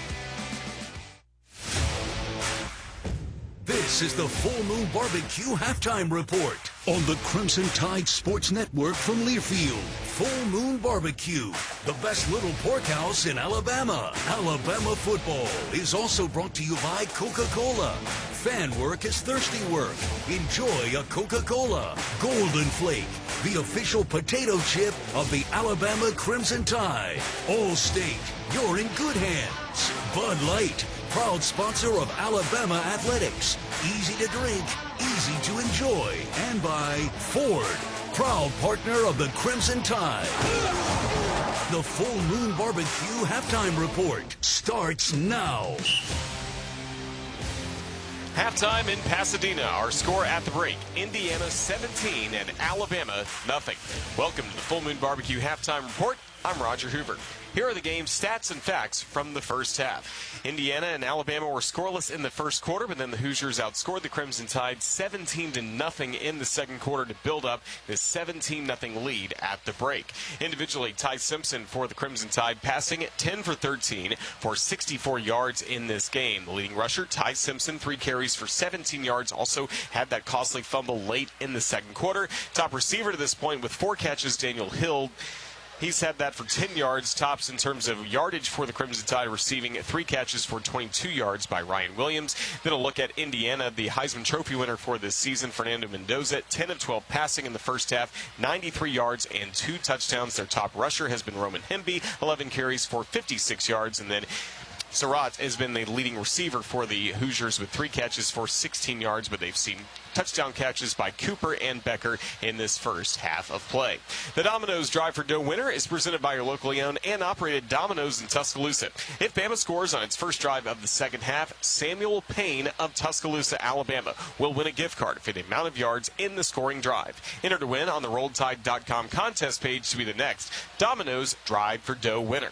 Again, Indiana with a 17-0 lead against Alabama at halftime here at the Rose Bowl. In football, there's always a winner and a loser, but when it comes to Great Southern Barbecue, there is only one winner. Full Moon Barbecue, voted one of America's top 10 barbecue joints, and now with 16 locations to serve you. You're listening to the Full Moon Barbecue Halftime Reports. Up next, we'll check scores from around the country and the SEC with Chet Ainsworth at our studios, giving you the Alabama Power scoreboard update. Our score at halftime at the Rose Bowl: Indiana 17, Alabama nothing. This is the Crimson Tide Sports Network from Learfield. Hello, Tide fans. This is Chris Stewart for Conecuh Sausage. Conecuh's an Alabama fan favorite we all know and love. It's made from the finest cuts of pork, their patented blend of seasonings, and smoked over a pure hickory fire for that true hickory smoked southern flavor. Conecuh Sausage is always great on the grill and perfect for tailgating. Pick up a pack and enjoy your family's favorite recipes at any meal of the day. Conecuh Sausage, a game day tradition, and the official smoked sausage of the Crimson Tide.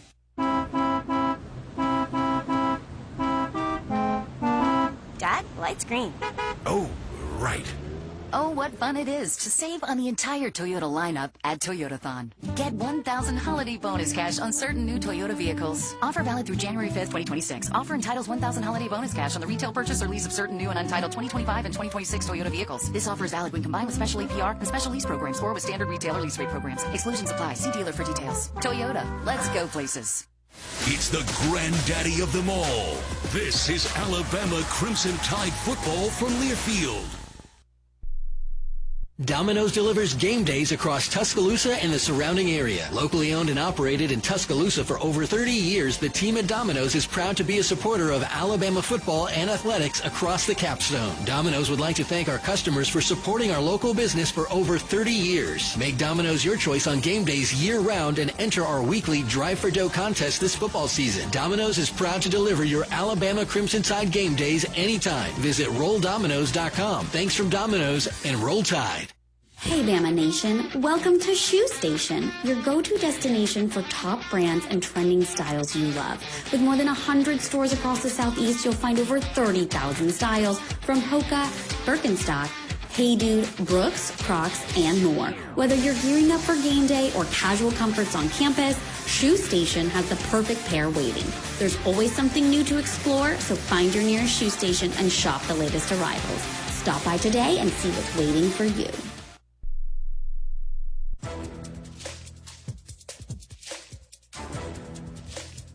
This copyrighted broadcast is an exclusive presentation of Learfield under the broadcasting rights granted by the University of Alabama. Reuse of this presentation is prohibited without the expressed written consent of the university and Learfield. Announcers are provided by Learfield and approved by the university.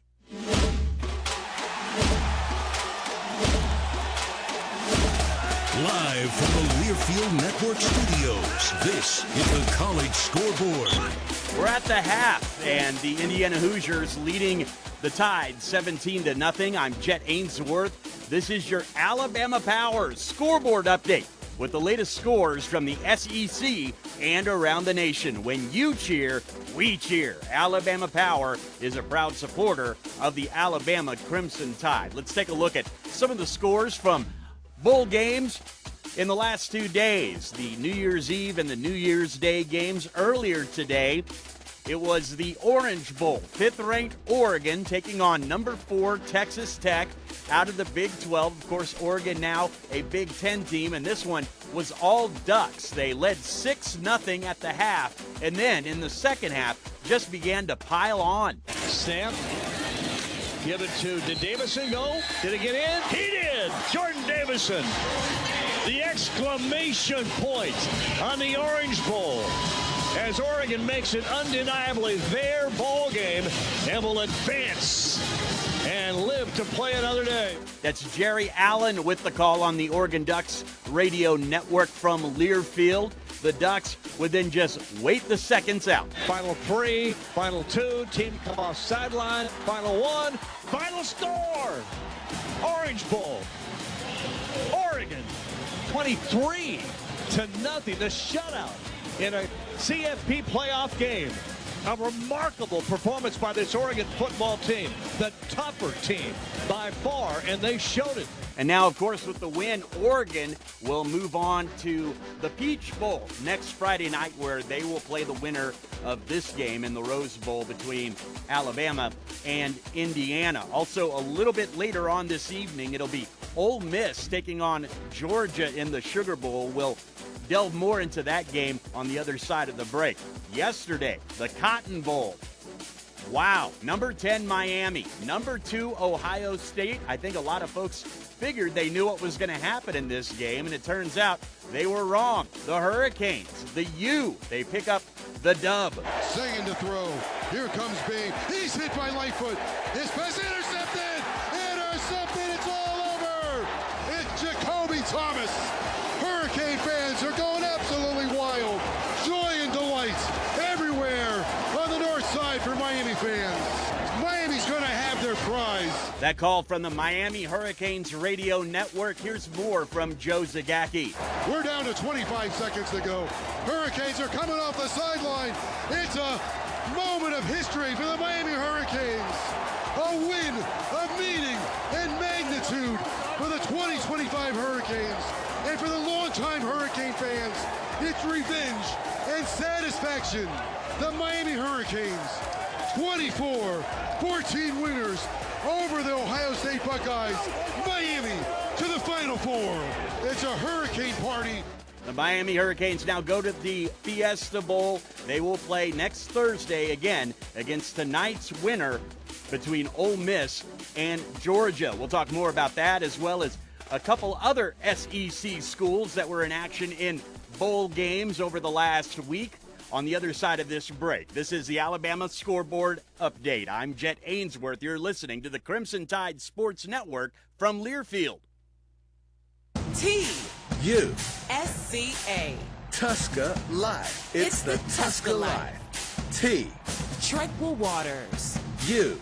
Unforgettable trails. S. Scenic shores. C. Carefree days.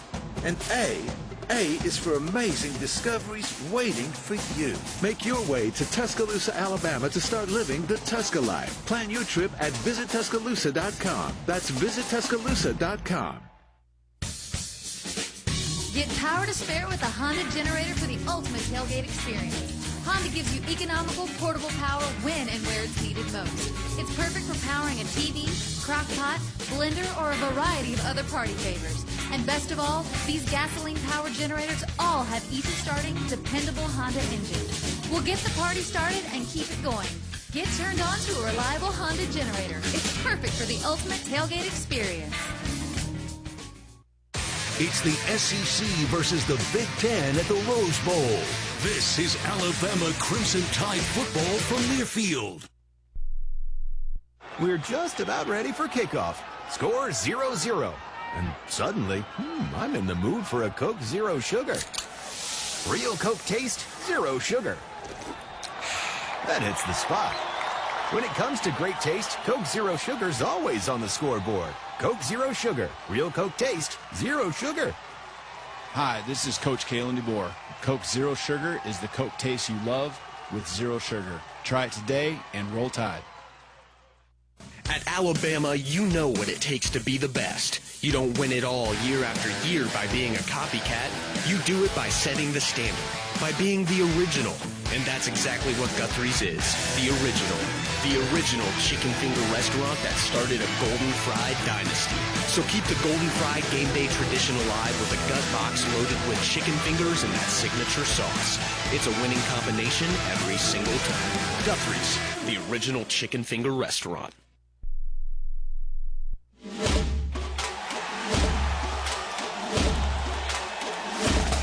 Live from the Learfield Network studios, this is the College Scoreboard. I'm Jet Ainsworth. This is your Alabama Power scoreboard update with the latest scores from the SEC and around the nation. When you cheer, we cheer. Alabama Power is a proud supporter of the Alabama Crimson Tide. A couple other SEC schools in action over the last week. One of them, the 14th ranked Vanderbilt Commodores, of course, with quarterback Diego Pavia, and they fall short in the ReliaQuest Bowl. The number 23 ranked Iowa Hawkeyes out of the Big Ten got the job done. And you know what? For my money, you're going to run right behind Logan Jones. 100%. The Remington Award winner. And watch Logan move bodies out of the way. Here's Gronowski. Tush push. Looks like he got over from here. Touchdown, Iowa. Touchdown. Mark Gronowski. Career score number 53. That call from the Hawkeyes radio network from Learfield, Iowa would go on to knock off Vandy in the ReliaQuest Bowl 34-27. Also, number 13 Texas was a winner. They win the Citrus Bowl over the reeling Michigan Wolverines 41-27, the final in that one. As mentioned, later on this evening, kicking off at 7 o'clock in just a couple hours from now, Ole Miss taking on Georgia at the Sugar Bowl. Here's the head coach of the Ole Miss Rebels, Pete Golding. You know, we understand what the mission is. You know, this isn't a normal bowl game to we're going and here's the vacation and the experience of a long year and this is your last game. They're all well aware that they're playing for the opportunity to play again. And so I think that mission's a little different and the mission's always above the man. So I think the focus, I think we got some older veteran guys that have really elite leadership that are putting a close grip on some of these young cats and make sure that they're making smart decisions around here. But their focus has been where it's needed to be. This is just an extension of a road game for us. Golding also knows that to be successful, they'll have to find a way to put the shackles on Georgia quarterback Gunnar Stockton. I think he's gotten continually better throughout the season, and that's even games that they didn't have success. It wasn't not based on the ball didn't go to the right guy, or he didn't read it right, or he didn't make the right decision. The accuracy in that game might have been a little off in some of those things, but I know last time we played him it wasn't. And he made a lot of really good decisions and made a lot of plays, and I think it's really key for us on base downs to not allow him to extend plays with his legs. But they're really balanced in the run game on base downs. And so it's tough to account for the run game and him extending plays when they do pass it. So we got to be really sound up front. Ole Miss not used to playing a lot of big games. Of course, Kirby Smart and the Georgia Bulldogs are. The head coach of the Bulldogs was asked about having that experience in big game situations. I think it's a good topic for you guys to talk about and debate about, but once the players get on the field, all that goes away. None of that matters. I mean, we've been in rematches, big games. When you play in the SEC, every week's a big game. You know, when you go on the road in the SEC and play, it's an environment like no other. It can't be matched. And so the gauntlet of what their team has gone through and our team has gone through, this is another, SEC battle. I don't think you can draw much, but in these kind of matchups, it still boils down to the players making plays and coaches putting them in position to. Sugar Bowl kicks off from the Superdome in New Orleans at 7 o'clock tonight, and here at the Rose Bowl in Pasadena, Indiana leading the Tide 17-0. Those are the Alabama Power scoreboard highlights and updates. I'm Jet Ainsworth. You're listening to the Crimson Tide Sports Network from Learfield.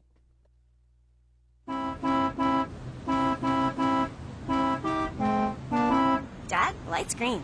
Oh, right. Oh, what fun it is to save on the entire Toyota lineup at Toyotathon. Get 1,000 holiday bonus cash on certain new Toyota vehicles. Offer valid through January 5th, 2026. Offer entitles 1,000 holiday bonus cash on the retail purchase or lease of certain new and untitled 2025 and 2026 Toyota vehicles. This offer is valid when combined with special APR and special lease programs or with standard retailer lease rate programs. Exclusions apply. See dealer for details. Toyota, let's go places. My name's Houston, and I'm a student athlete here at the University of Alabama. I had a friend who had an unfortunate diagnosis. He was diagnosed with leukemia, and the cancer just spread. Millions of Americans still need cures. That's why United for Cures is asking you to help support patients and keep medical research funded. Cures are out there. We just got to fight for them. Share your story at unitedforcures.org/Alabama. As respected industry leaders, we're here. Working hard for you. In an effort to provide you with excellence in sports medicine. and orthopedic patient care. Excellence in research and education. And excellence in sports injury prevention. We are here serving as team physicians for your favorite teams. Like the Alabama Crimson Tide. We are here for you. Aggressively pursuing victory over injury. Andrew Sports Medicine, trusted orthopedic surgeons of the Alabama Crimson Tide. Hi, I'm Kylie. I'm John. And I'm Garrison. And a little thing we love about the 30-count Chick-fil-A nuggets is sharing it in the car during the holidays. I do love that. We will pack the car with gifts. And, of course, we go and pick up our family's favorite nuggets. Every nugget is tasty times quadrillion. And we get all the sides. Yeah, the ooey gooey mac and cheese is a big hit. Everyone from 1 to 116 would love Chick-fil-A's chicken nuggets. Share the nuggets, share the joy. Order the 30-count Chick-fil-A nuggets on the Chick-fil-A app. Real guests paid for their testimonials. This has been the Full Moon Barbecue Halftime Report. Full Moon Barbecue, the best little pork house in Alabama. Alabama football is also brought to you by Toyota. Visit your local Toyota dealers today. Toyota, let's go places. Now let's go back to Pasadena, California for the call of the second half of the Rose Bowl. Roll Tide.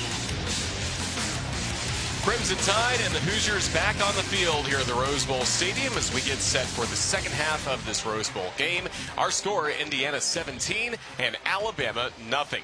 This is Roger Hoover, joined in the booth by Chris Stewart and Tyler Watts. And Tyler, we're inside this Alabama Credit Union broadcast booth, proudly serving Alabama communities for over 67 years. But in the locker room, time to hit the reset button for the Crimson Tide, and it starts with this first series in the second half where Alabama has the ball. Listen, and you talk about the score, and that's one thing, but you kind of gave them a lot here, and I think that that's what the focus needs to be of, hey guys, we're not playing horrible. We've made one bad play and one bad decision that has cost us 14 potential points here. Keep playing hard, just keep chopping wood and see what's happened. Let's take this opening drive, let's get a first down. That's the most important thing. And then let's get another one. Let's try to put some points on the board. He talked about this in the coaches show. It's not about getting 17 points at once. It's about, let's get one. Let's see what we can do in the second. Let's make this a close game. Put the pressure back on them. Let's pause 10 seconds for station identification. This is the Crimson Tide Sports Network.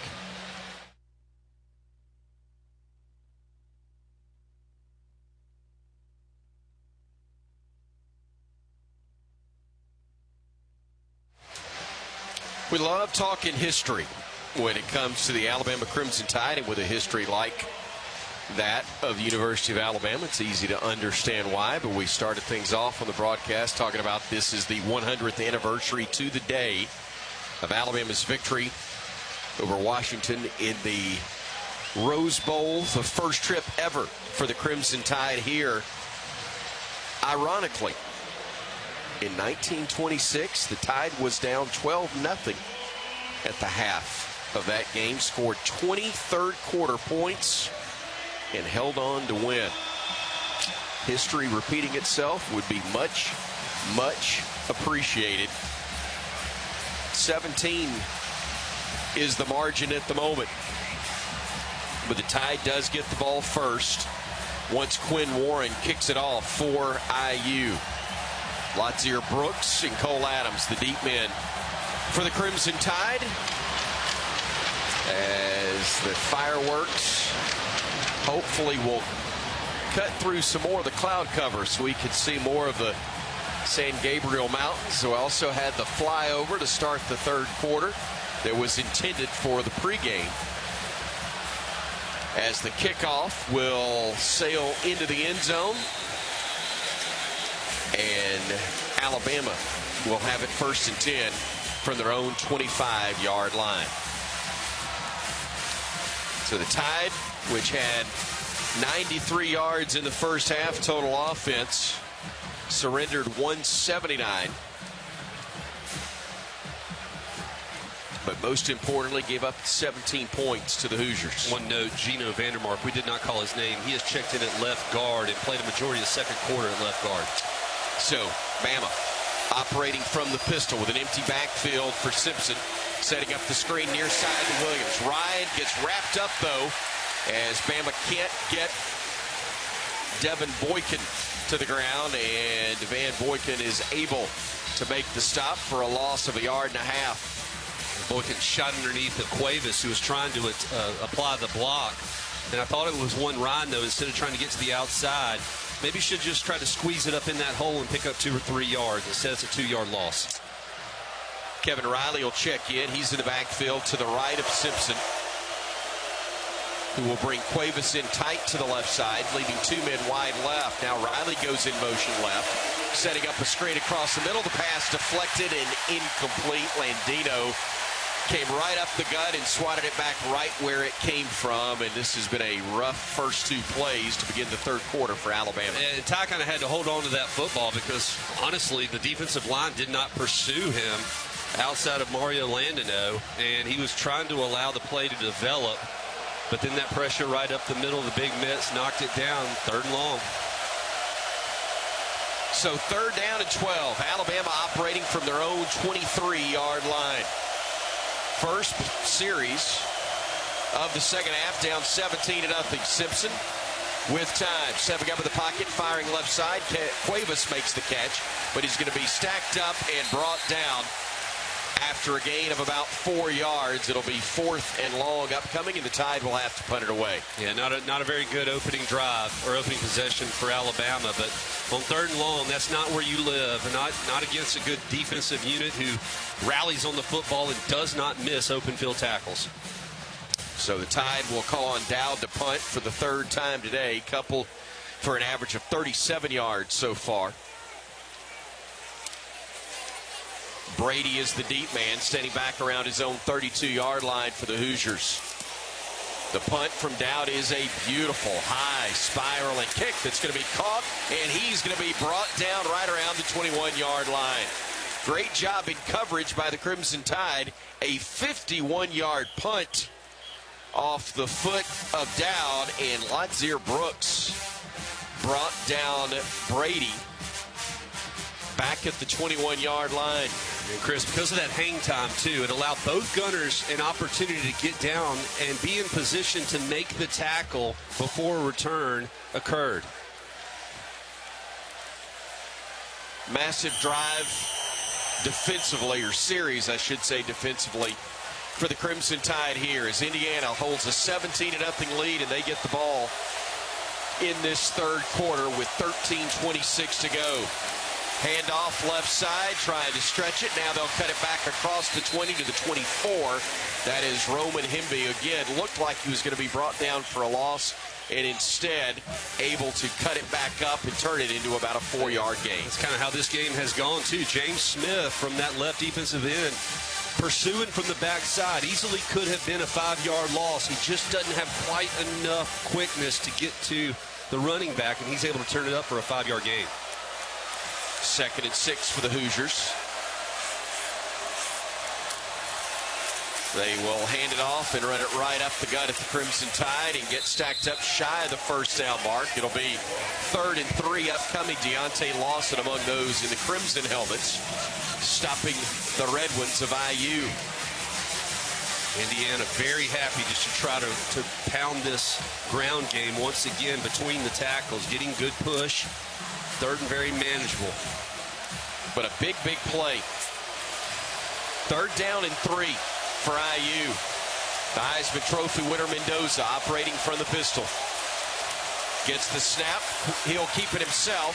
He'll make one man miss. He'll fight forward, and he'll get across the 35 to the 36. Deontay Lawson made the stop, but not until, once again, Mendoza able to make the initial wave, miss him, and then pick up the yardage necessary for the 1st down. And James Smith did such a good job of really collapsing the pocket.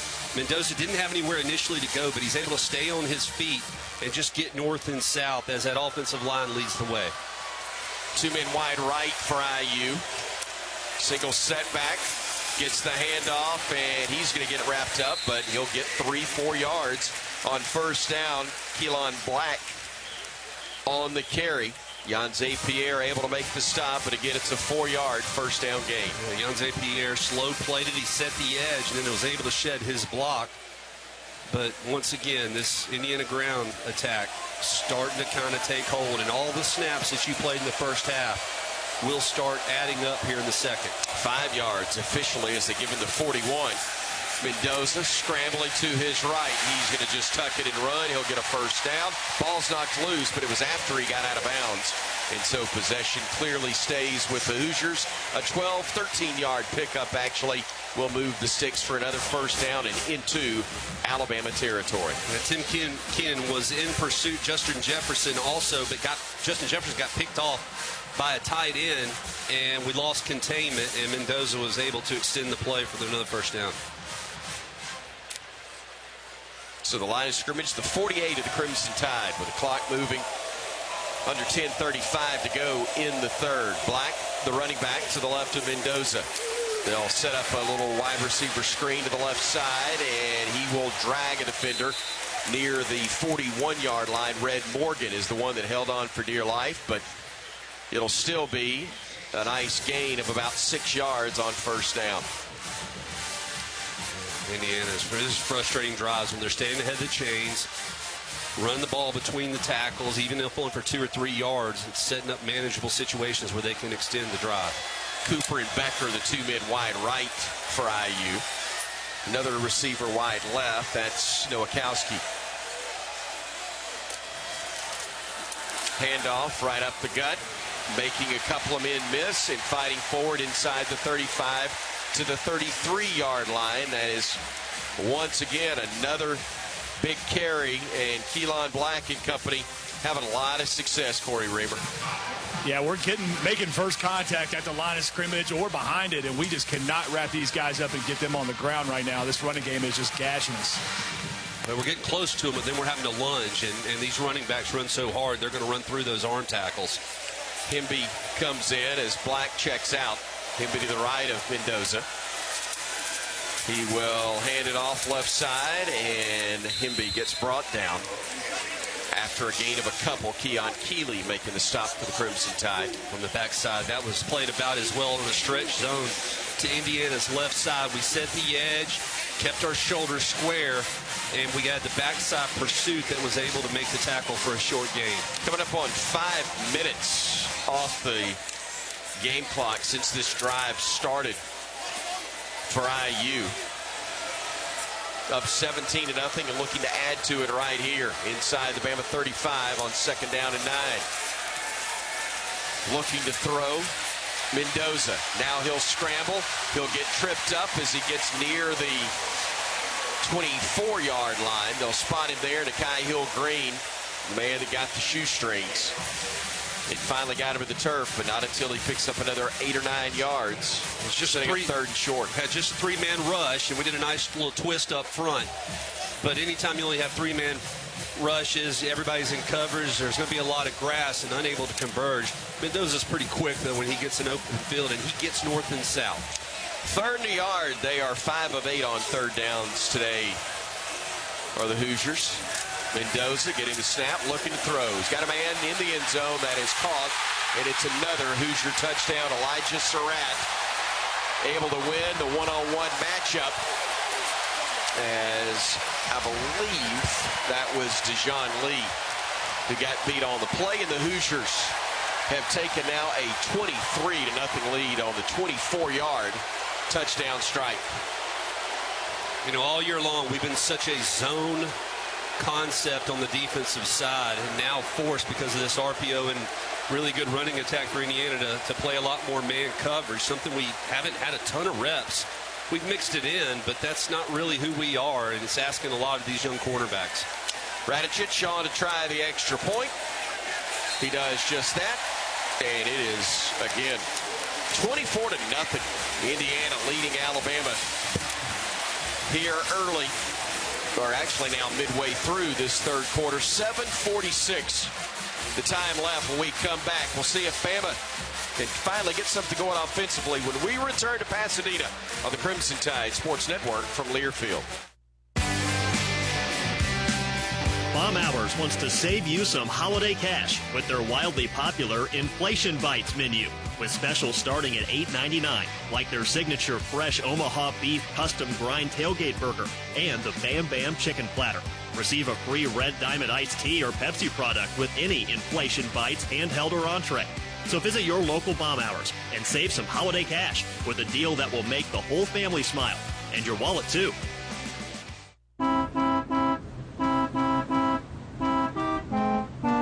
Dad, light's green. Oh, right.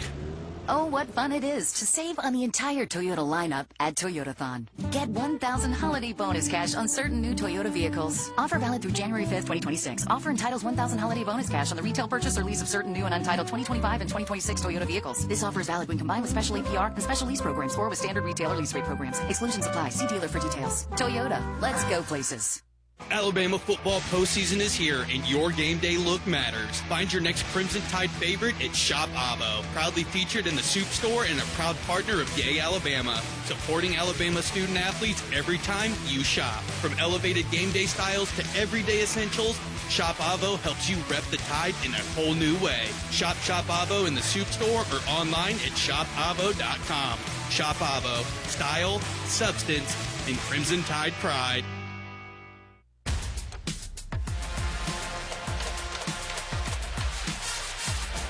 Alabama trailing Indiana 24-0 with still 7:46 remaining in the third quarter. Fans, this Alabama football broadcast brought to you in part by Avo and Yay Alabama. Score 25% off official Bama gear today. Just use code ROLLTIDE25 at checkout.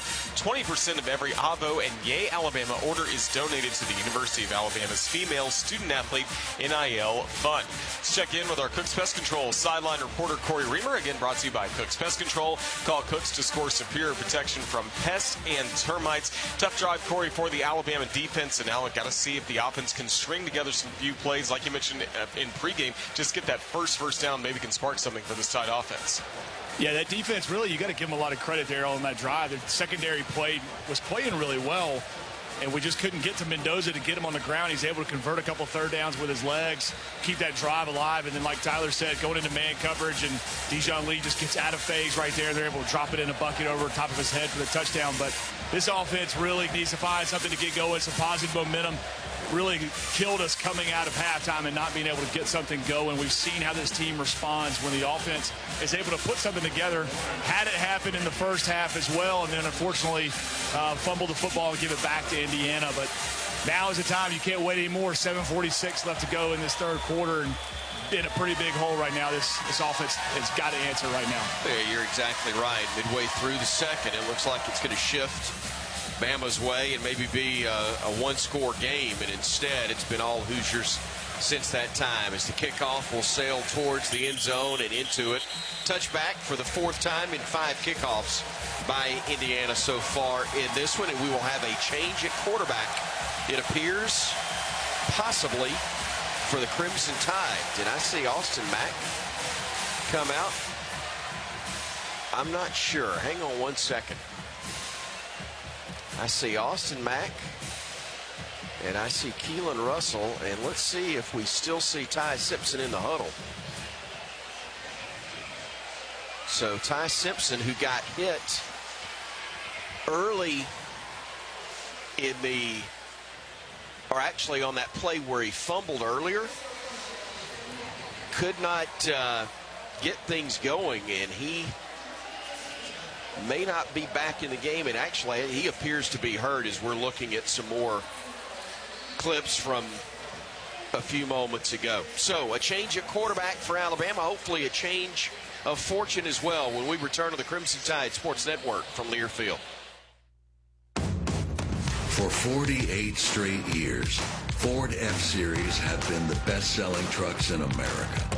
We got here by engineering breakthrough technology, redefining Built Ford Tough, and never settling for second best. But what's really made Ford F-Series the #1 selling trucks in America is you. Ford F-Series, Built Ford Tough. Based on 1977 to 2024 calendar year total sales. Starting the new year right in Pasadena. This is Alabama Crimson Tide football from Learfield. Huddle up, football fans. Tailgate season is here, and nobody gets you ready for the game like Academy Sports and Outdoors. Swing by your local Academy store or shop online at academy.com to find everything you need, from grills to jerseys and more. Don't forget to stop by our newest store in Birmingham on Highway 280. Fun can't lose, and neither can you. Gear up today at Academy Sports and Outdoors, proud sponsor of the Crimson Tide. What's up, Alabama? This is Ron Williams reminding you that the best offense against termites, mosquitoes, and other pests is Cook's Pest Control. I run routes and make catches on the field, but off the field, I trust Cooks to catch what I can't. Fast, precise, always getting the job done right, just like me. That's pest control you can trust. Call Cooks today for your free inspection. Roll Tide. Looky, looky, looky, here comes Cookie, Cook's Pest Control.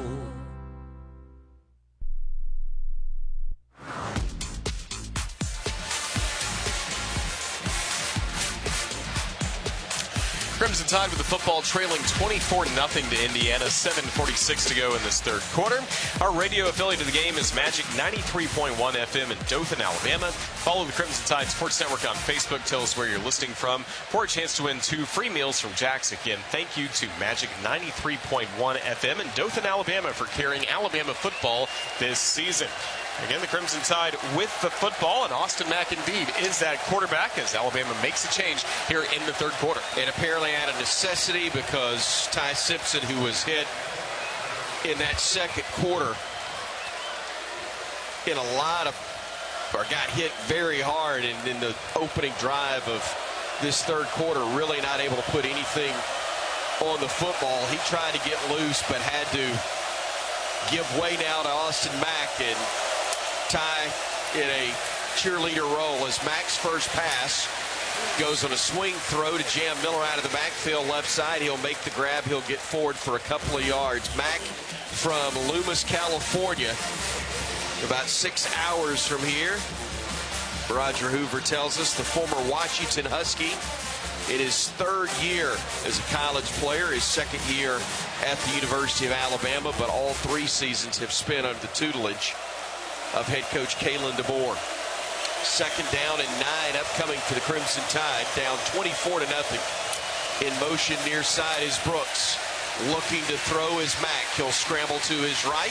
He'll pump fake it. He'll run, and he will get near the 40 before he gets shoved out of bounds. And that'll be enough to move the chains for a bank first down. And he is a guy who throws it well.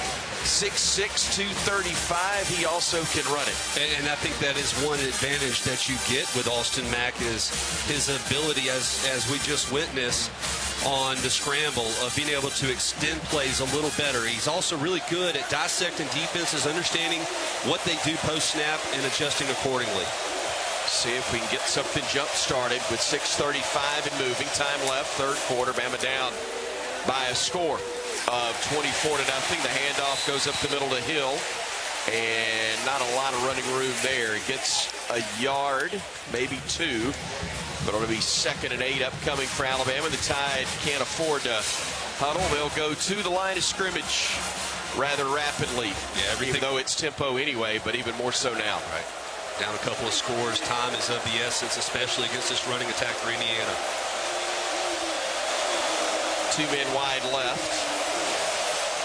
2 in tight to the right side. Mack stepping up in the pocket, looking, firing, seam near side. He's got a man, Bernard, down the sideline, able to make the grab and move the chains into Indiana territory. Another bank first down to the 25 of the Hoosiers.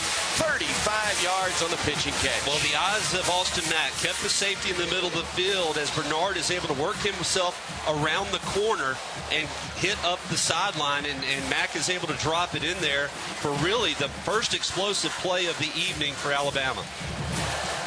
Really nice throw. It was indeed. If Jeremy had been able to stay in bounds, he had a little more green grass to go. 1st and 10 Bama from the 25. High red zone opportunity. And we've got a timeout used by the Crimson Tide here.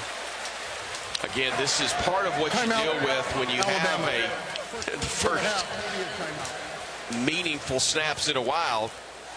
Sometimes a little confusion, misunderstanding, and Bama not wanting to lose the momentum. They go ahead and use the timeout right here, and we'll take the break with them. 5:13 to go, third quarter. Bama trailing 24-0, but on the move against Indiana when we come back on the Crimson Tide Sports Network from Learfield. Are you ready for your winning moment? Find it at Wind Creek Casino, where the action never stops.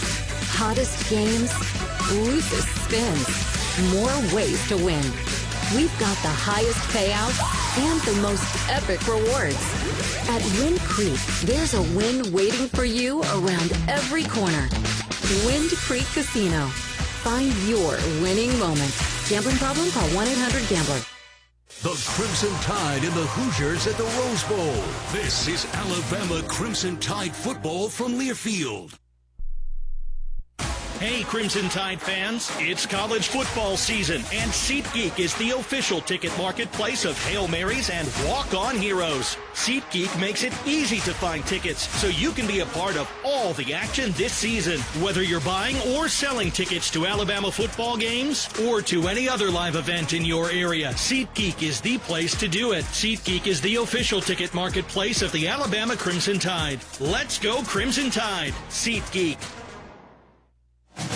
Planning a tailgate in the quad before the big game? Watching with friends at home? Sack the stress of what to serve and make Fusakli's part of your game plan. Whether you want to roll on through the drive-thru or order from the Fu app, we've got you covered. Our hand-battered chicken fingers, house-made sauces, and gallons of fresh squeezed lemonade are the perfect play call for your party. So, before kickoff, remember that football starts with food. Fusakli's, proud partner of the Crimson Tide.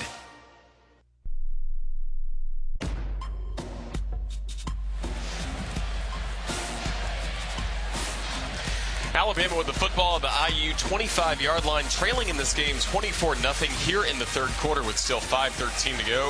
Listen to all things college sports, including live games and talk on SiriusXM College Sports Radio Channel 84, also streaming on the SiriusXM app. Tyler Watts, what are you seeing out of Austin Mack, and what's the challenge coming in midway through the ballgame like this? Well, it really starts up front, and the offensive line is doing a nice job of picking up the twist and allowing time. But Austin Mack is very decisive in either hitting his checkdowns, extending the play with his legs, or reading how the defense is flowing and knowing where to go with the football.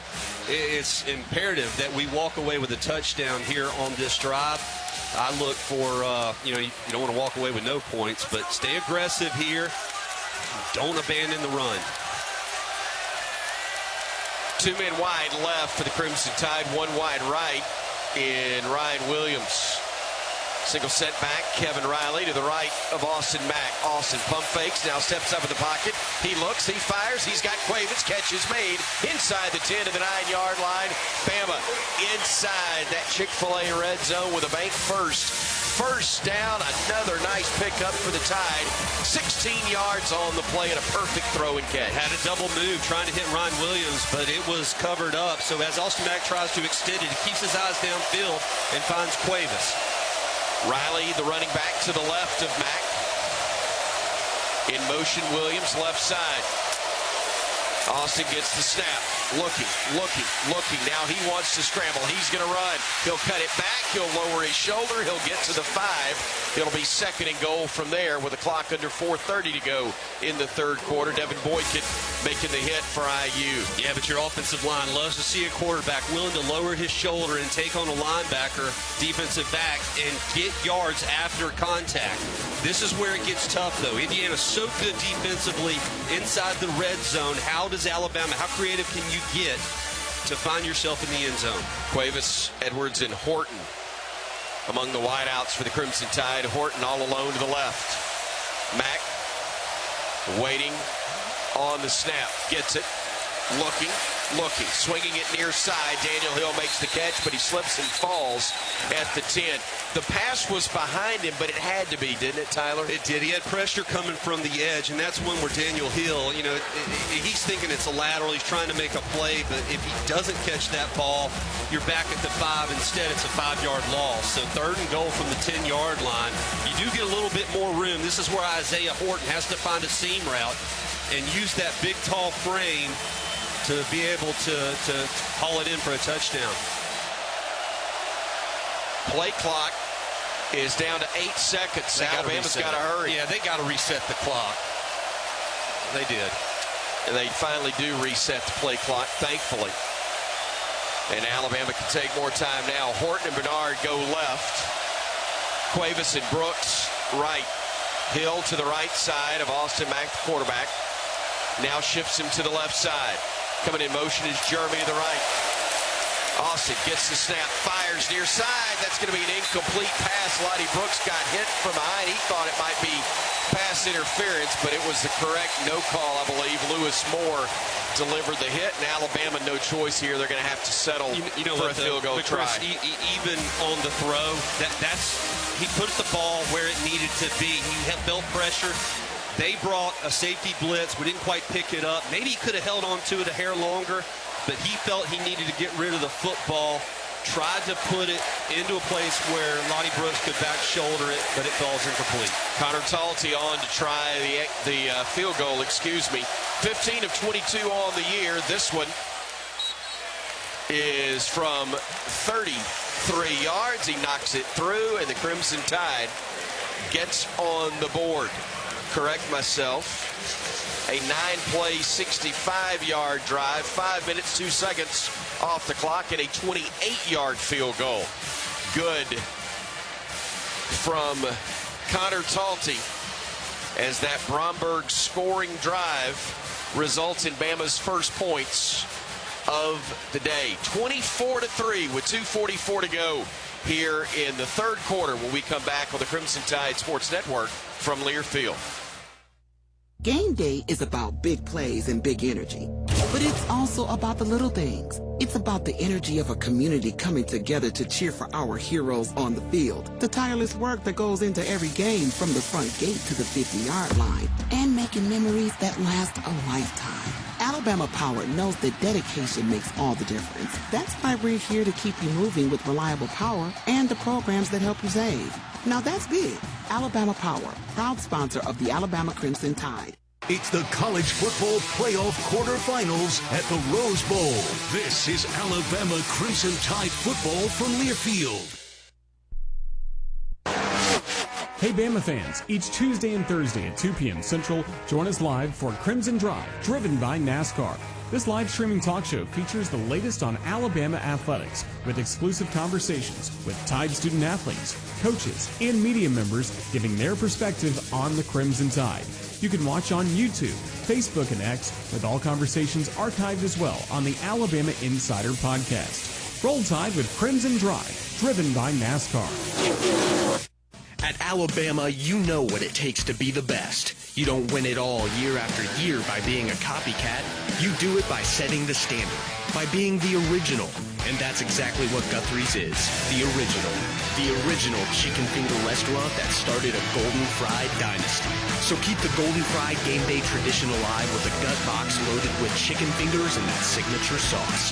It's a winning combination every single time. Guthrie's, the original chicken finger restaurant.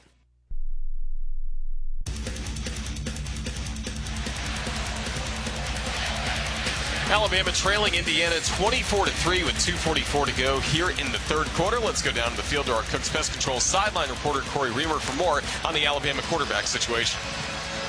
Yeah, Ty Sims has been taking a bunch of hits this game. He's been trying to fight through injury to continue to play in this football game, and the coaches decided just to go ahead and make a change at quarterback, try to find a spark for this offense. And you saw Austin Mack right there able to put a drive together. Unfortunately ends in a field goal instead of a touchdown, but seems like it was Tide tried to go as best as he possibly could, just wasn't able to continue to finish this game.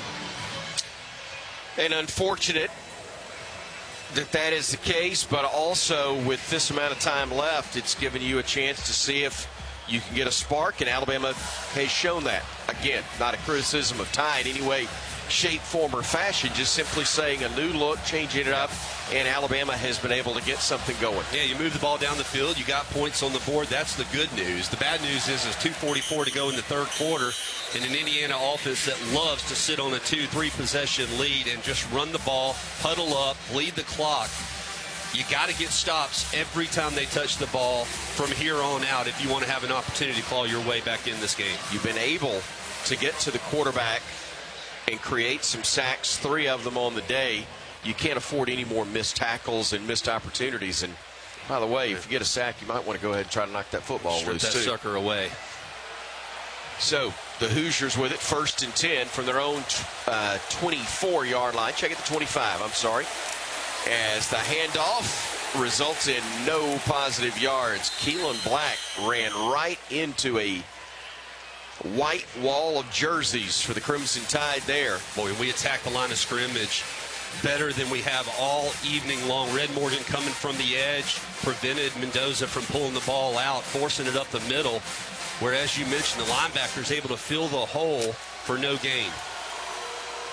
2nd and 10. Black, the running back.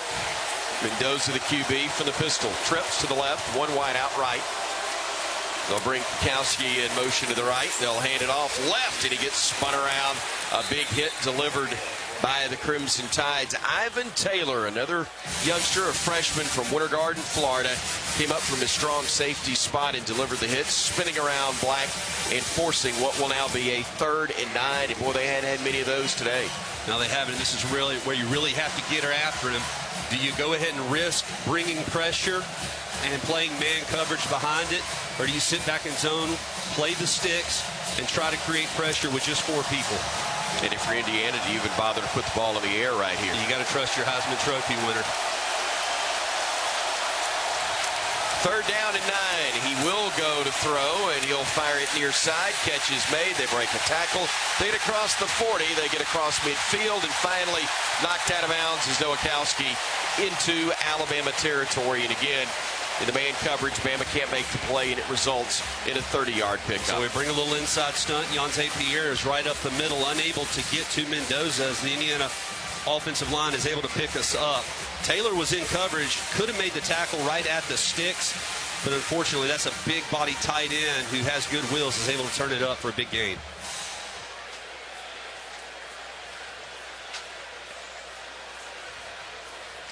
So Indiana with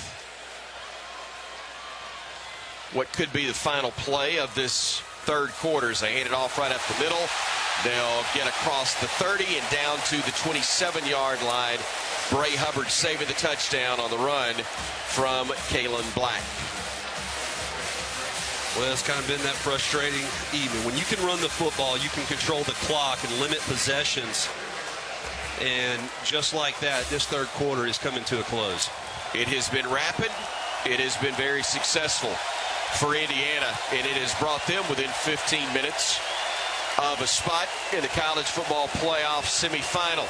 Alabama trying to extend its season. It'll need a miracle comeback, trailing 24-3, heading to the 4th quarter here on the Crimson Tide Sports Network from Learfield. Some people just know you can save money on car insurance by checking Allstate first. Like you know to check Kirk Herbstreit's pregame analysis first, before talking to your brother-in-law. In this game, the key thing to watch will be the offensive line versus the front 7. If they can get pressure without blitzing, this could be a long night. Okay, Kirk. I know stuff. Ooh, checking first is smart. So check Allstate first and see what you could save. You're in good hands with Allstate.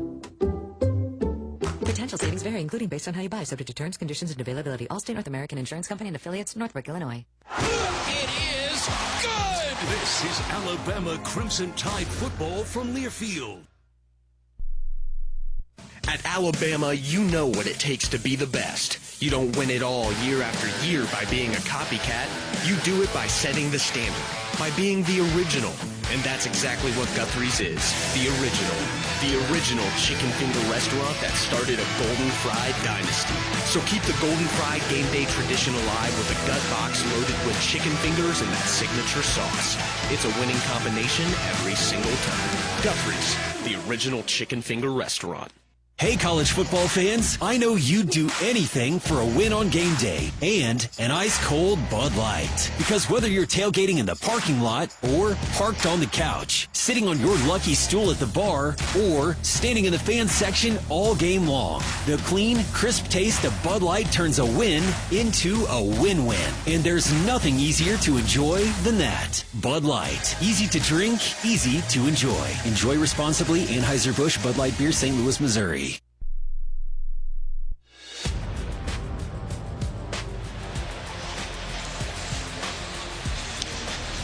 Back at the Rose Bowl as we get set to begin the fourth quarter. It's Alabama trailing Indiana by 24-3 score.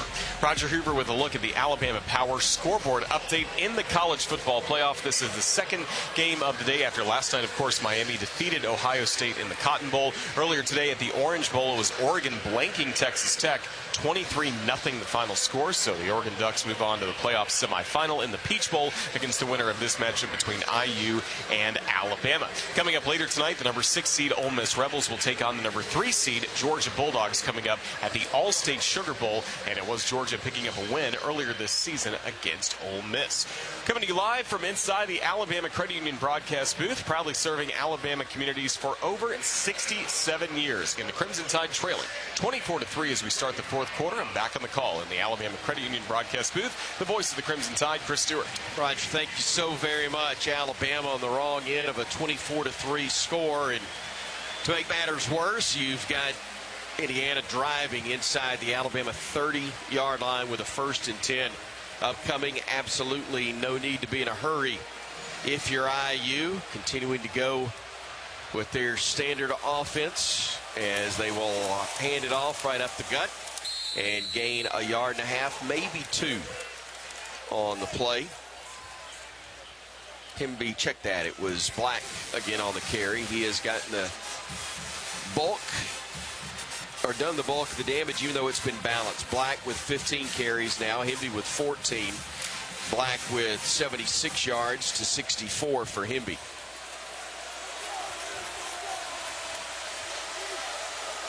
Pistol formation. Mendoza handing it off to Black to the right side, cuts it back up, gets to the 15, to the 10, to the 5, and into the end zone for a touchdown. 25 yards on the carry as Alabama again fails to wrap up. It looked like Deontay Lawson had a hand on him, but he was able to run through the tackle, and the Hoosiers every bit as good and better than advertised. When you get that stretch zone going, it is so hard to stop. You have to be sound at the linebacker position, and Jordan Renard sets the edge, forces it back up in, but right into the arms of Deontay Lawson, but he over pursues a little bit, and that's the cutback window those stretch zone offenses look for. Radicic on to try the extra point. His kick is up, and it is good. And Corey Raymer, it is a tough afternoon to say the very least. Yeah, there's no doubt about that. It's just Indiana is executing the run game without making many mistakes, and this running back is seeing the hole and the way it's supposed to open up for him every single time. Deontay Lawson scraping over the top right there, and then the back just makes a cut right off his offensive lineman where there's nobody there left to make a tackle. And even if we do get a hand on him potentially, there's definitely no bringing this guy down as hard as he's been running north and south this game so far. 31-3, Indiana leading Alabama here in the fourth quarter of the Rose Bowl. 14:21 to go when we return on the Crimson Tide Sports Network from Learfield. From fajitas and gumbo to grilled fillets and fried fish baskets, U.S. farm-raised catfish is the ultimate ingredient for bringing people together. It's also low in calories, high in protein, and let's face it, just really, really good. Reel in the compliments with crowd-pleasing recipes from our friends at Sweet Grown Alabama. Trust me, you can't go wrong with their simple, delicious ideas for breakfast, lunch, and dinner. Learn more about U.S. farm-raised catfish today at sweetgrownalabama.org. That's sweetgrownalabama.org. This is Alabama Crimson Tide football from Learfield. Are you ready for your winning moment? Find it at Wind Creek Casino, where the action never stops. Hottest games, loosest spins, more ways to win. We've got the highest payouts and the most epic rewards. At Wind Creek, there's a win waiting for you around every corner. Wind Creek Casino. Find your winning moment. Gambling problem? Call 1-800-GAMBLER. Planning a tailgate in the quad before the big game? Watching with friends at home? Sack the stress of what to serve and make Foosackly's part of your game plan. Whether you want to roll on through the drive-thru or order from the Foo app, we've got you covered. Our hand-battered chicken fingers, house-made sauces, and gallons of fresh squeezed lemonade are the perfect play call for your party. So, before kickoff, remember that football starts with Foo. Foosackly's, proud partner of the Crimson Tide.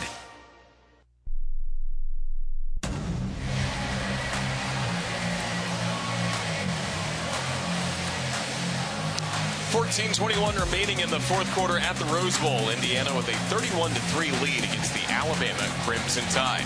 Let's go down to the field to our Cooks Pest Control sideline reporter Corey Reamer, brought to you by Cooks Pest Control. Call Cooks to score superior protection from pests and termites. Corey, we went to you about an update from Alabama going from Ty Simpson at quarterback to Austin Mack. Just from your perspective, what were some of the good things that Austin did that last drive?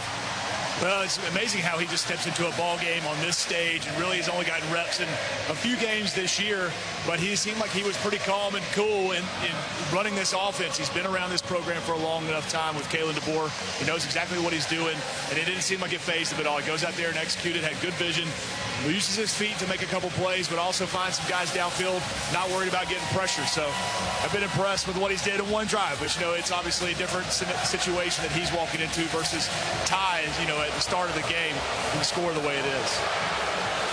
Indiana kicks it off, and a fair catch will be called for and made in the end zone by Brooks. And so the Tide will have it 1st and 10 from their own 25-yard line. Well, if you're Austin Mack coming out here, obviously this is your opportunity to really show what you can do moving forward. But Indiana knows that you're throwing the football. There is that. And it creates a little bit of a challenge. So understanding the defense, knowing where to go with the football, so important. Timing is everything, not only in getting rid of the football, but delivering it on time. It's like Jaden Roberts checking in at right guard. Daniel Hill in the backfield to the right. Almost said Simpson out of force of habit, but Austin Mack, the quarterback, as Simpson gives way to Mack, who has time, plenty of time. Rolling to his right now, looking downfield, fires and throws it out of bounds, and that was to get us to 2nd and 10. Caleb Edwards was in the vicinity, but a good decision on the part of Mack. Yeah, well, it was one of the very few busted coverages, though, for Indiana. Ryan Williams found himself all alone down the seam. Austin Mack did not see him, however. Could have been one of those big plays we were hoping for, as Indiana made a mistake and we did not capitalize.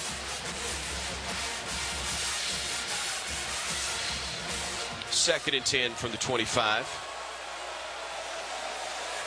Mack with Hill to his right. Will send Bernard wide to the right side of the formation. Austin trying to make a man miss, but gets brought down back at the 15-yard line. First sack recorded today by the Hoosier defense. Mikhail Kamara, the man who was able to make the stop, wrap up the 6'6 QB back inside the 15-yard line, setting up a 3rd down and 20. And it was just an inside twist there. Michael Carroll was engaged with the defensive end and then let him go, thinking his responsibility, he could trade that off, but there was nobody to trade it off to, and it results in a sack.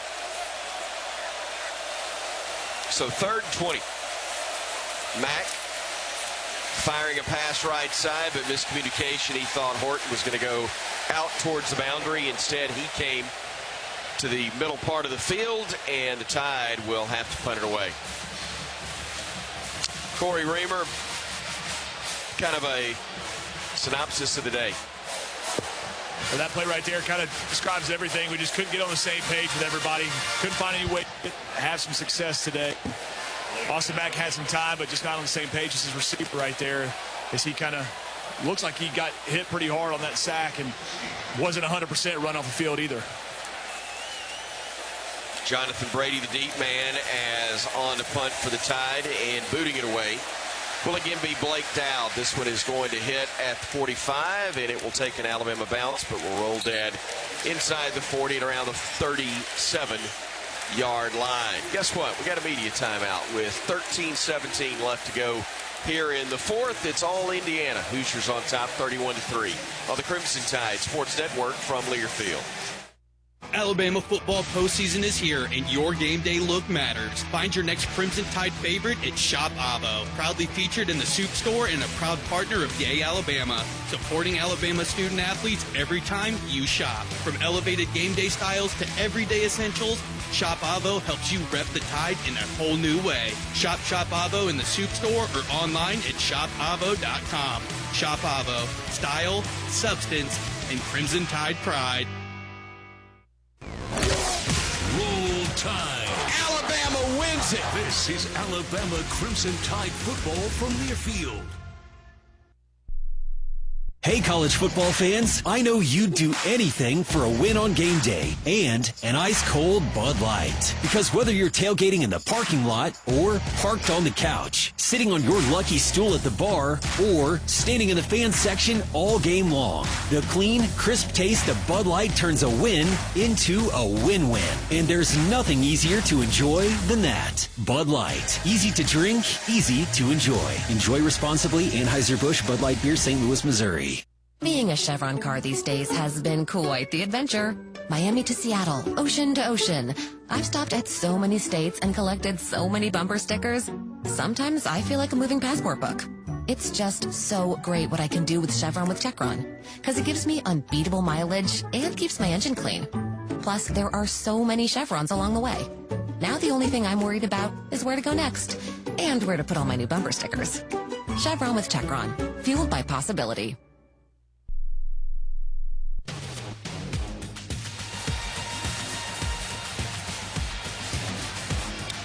13-17 remaining in this fourth quarter at the Rose Bowl. Indiana 31 and Alabama 3.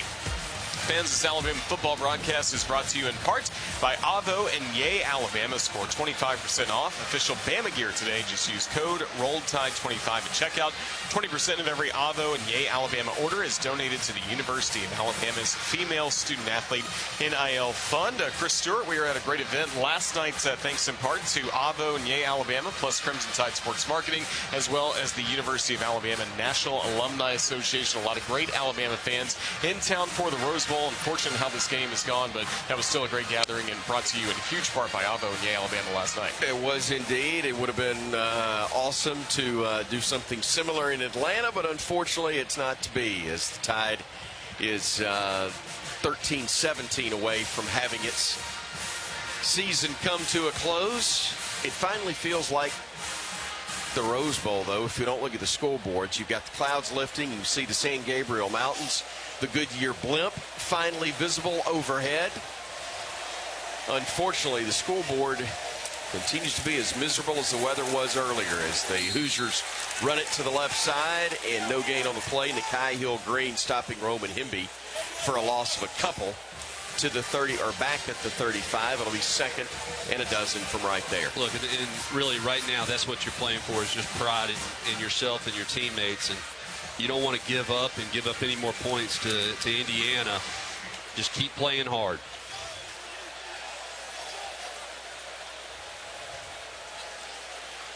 Trips to the near side of the field for IU as they'll hand it off again, and making the first man miss and getting across the line of scrimmage for a gain of about 3 is Hemby.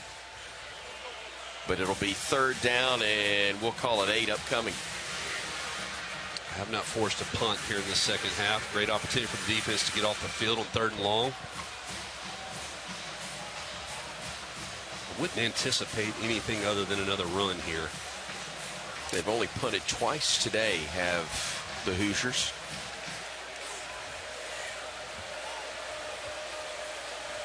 Third down and 8. They're going to roll the pocket for Mendoza, and he will fire, and it's going to be caught around the 30. And getting inside the 25-yard line, another big gain, Omar Cooper Jr. And in man coverage, Alabama's had no answer today. Well, and they are so good at adjusting to the ball in the air. Now, this is kind of a corner route, but Mendoza flattens it out as he releases it, and Cooper is able to adjust his route accordingly as he gets Deshaun Jones kind of turned around and moved the chains once again. So inside the Bama 25. It'll be 1st and 10 from the Alabama 23. Hemby in the backfield. Mendoza hands it off to him. And he'll push the pile forward for a gain of about 4. It has been that type of day. Over 375 yards of total offense. Over 185 of that coming on the ground. And it seems like a whole lot more than that, frankly. But incredible balance. 192 through the air, 186 on the ground. Well, the thing is defensively, it seems like a majority, 3/4 of the time, we're doing a pretty good job of stopping the run. But we've given up a couple of gash plays, and too often, so many times, you think you have a good negative play, and it results in a 5-yard gain. Or more. 10-5 touchdown as, again, Bama can't wrap up and make a stop. And, again, Roman Hemby is able to find the end zone. His first rushing touchdown of the day for the Hoosiers. But Indiana extends its lead now to 37-3 with 10:43 left to play in this ball game. And this is just a matter of the defense being on the field so much over the course of this ball game. And the body shots that we talk about, when you can run the football, they add up in the fourth quarter. And it gets tougher and tougher to bring guys down when you're trying to fight off a block. And this time, I don't even think he got touched. London Simmons might have been able to get an arm on him, but he was fighting off a blocker. Snap, spot, and kick on the extra point attempt by Radicic is good. Corey Reamer again. Hoosiers too much there. It's like what Tyler said, though. This defense has been out there a bunch. And when you start having the success in the run game like Indiana has today, it just wears defenses down. It happened in the first quarter. They're committed to the run, hoping that they're going to have success where they could wear this Alabama defense out. With as much as they've been on the field today, it has been successful. And these running backs are just doing some day ones. They're finding holes and making the right cuts every single time. 38-3, Indiana on top with 10:33 to go when we return on the Crimson Tide Sports Network from Learfield. Hey, college football fans, I know you'd do anything for a win on game day and an ice-cold Bud Light. Because whether you're tailgating in the parking lot or parked on the couch, sitting on your lucky stool at the bar, or standing in the fan section all game long, the clean, crisp taste of Bud Light turns a win into a win-win. And there's nothing easier to enjoy than that. Bud Light. Easy to drink, easy to enjoy. Enjoy responsibly. Anheuser-Busch Bud Light Beer, St. Louis, Missouri.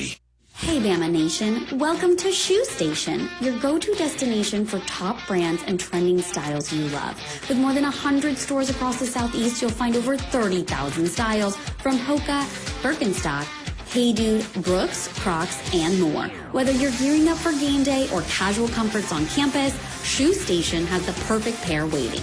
There's always something new to explore, so find your nearest Shoe Station and shop the latest arrivals. Stop by today and see what's waiting for you. What's up, Alabama? This is Ron Williams reminding you that the best offense against termites, mosquitoes, and other pests is Cook's Pest Control. I run routes and make catches on the field, but off the field, I trust Cooks to catch what I can't. Fast, precise, always getting the job done right, just like me. That's pest control you can trust. Call Cooks today for your free inspection. Roll Tide. Looky, looky, looky, here comes Cookie, Cook's Pest Control.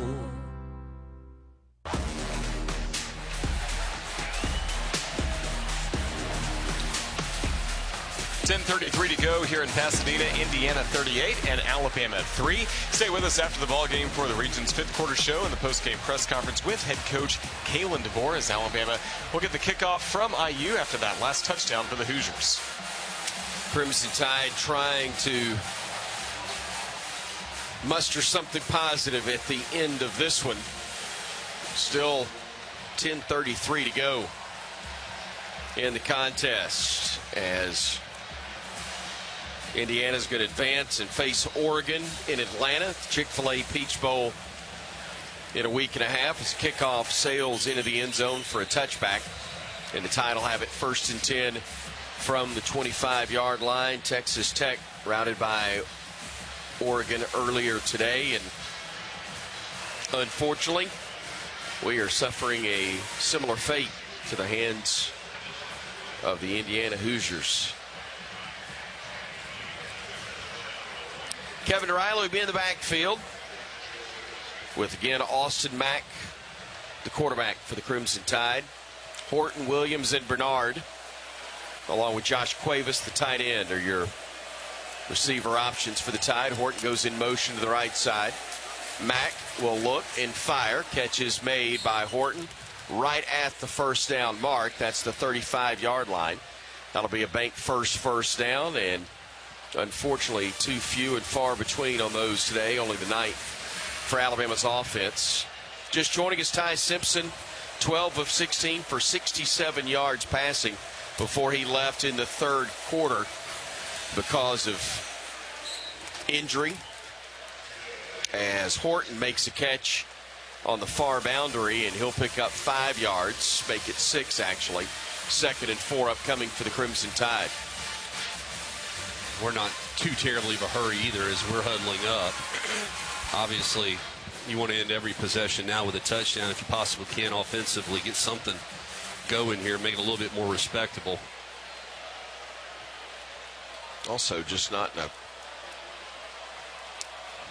real hurry to risk giving it back to a Hoosier team that's been unstoppable defensively, or for this Bama defense in the second half. Mack tried to check down. Ball gets batted in the air, and it was almost picked and taken to the house, but thankfully it was dropped. Yeah, and I think he wanted Ryan Williams on a little corner route. He had Bernard on a deep corner and Ryan Williams on a shallower, and I think that's where he was going with the football. And ball gets batted at the line of scrimmage. Yeah, very fortunate that sucker didn't get intercepted. I think it was Landino that got the hand up on it. And then it was almost picked off by Hardy.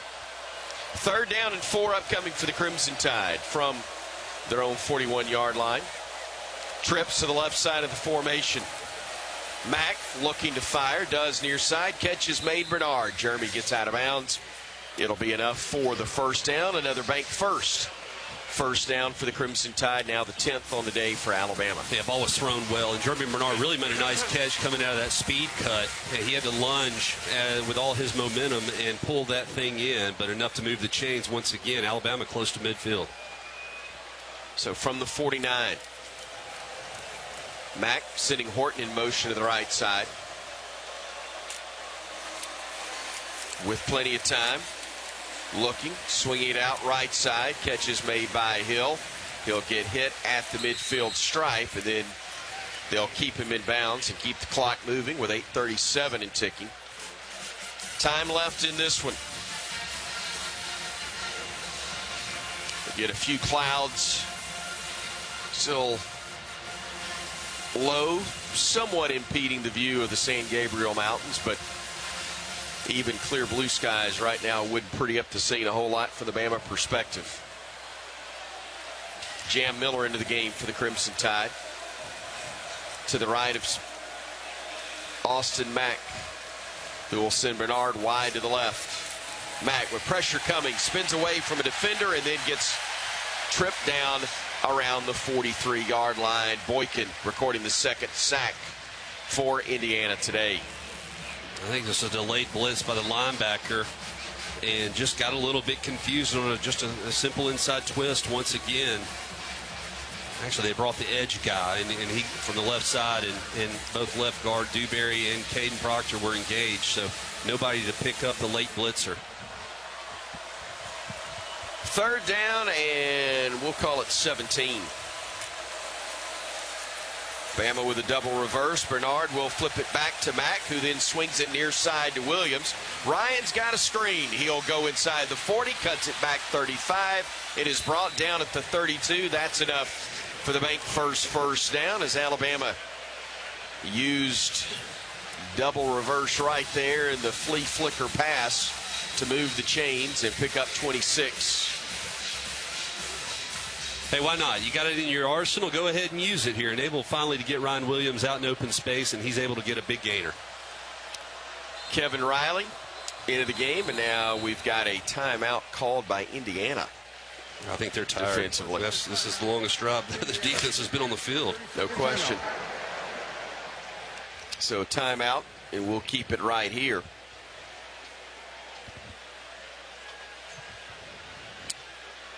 While we got an opportunity, why don't we pause 10 seconds for station identification. This is the Crimson Tide Sports Network.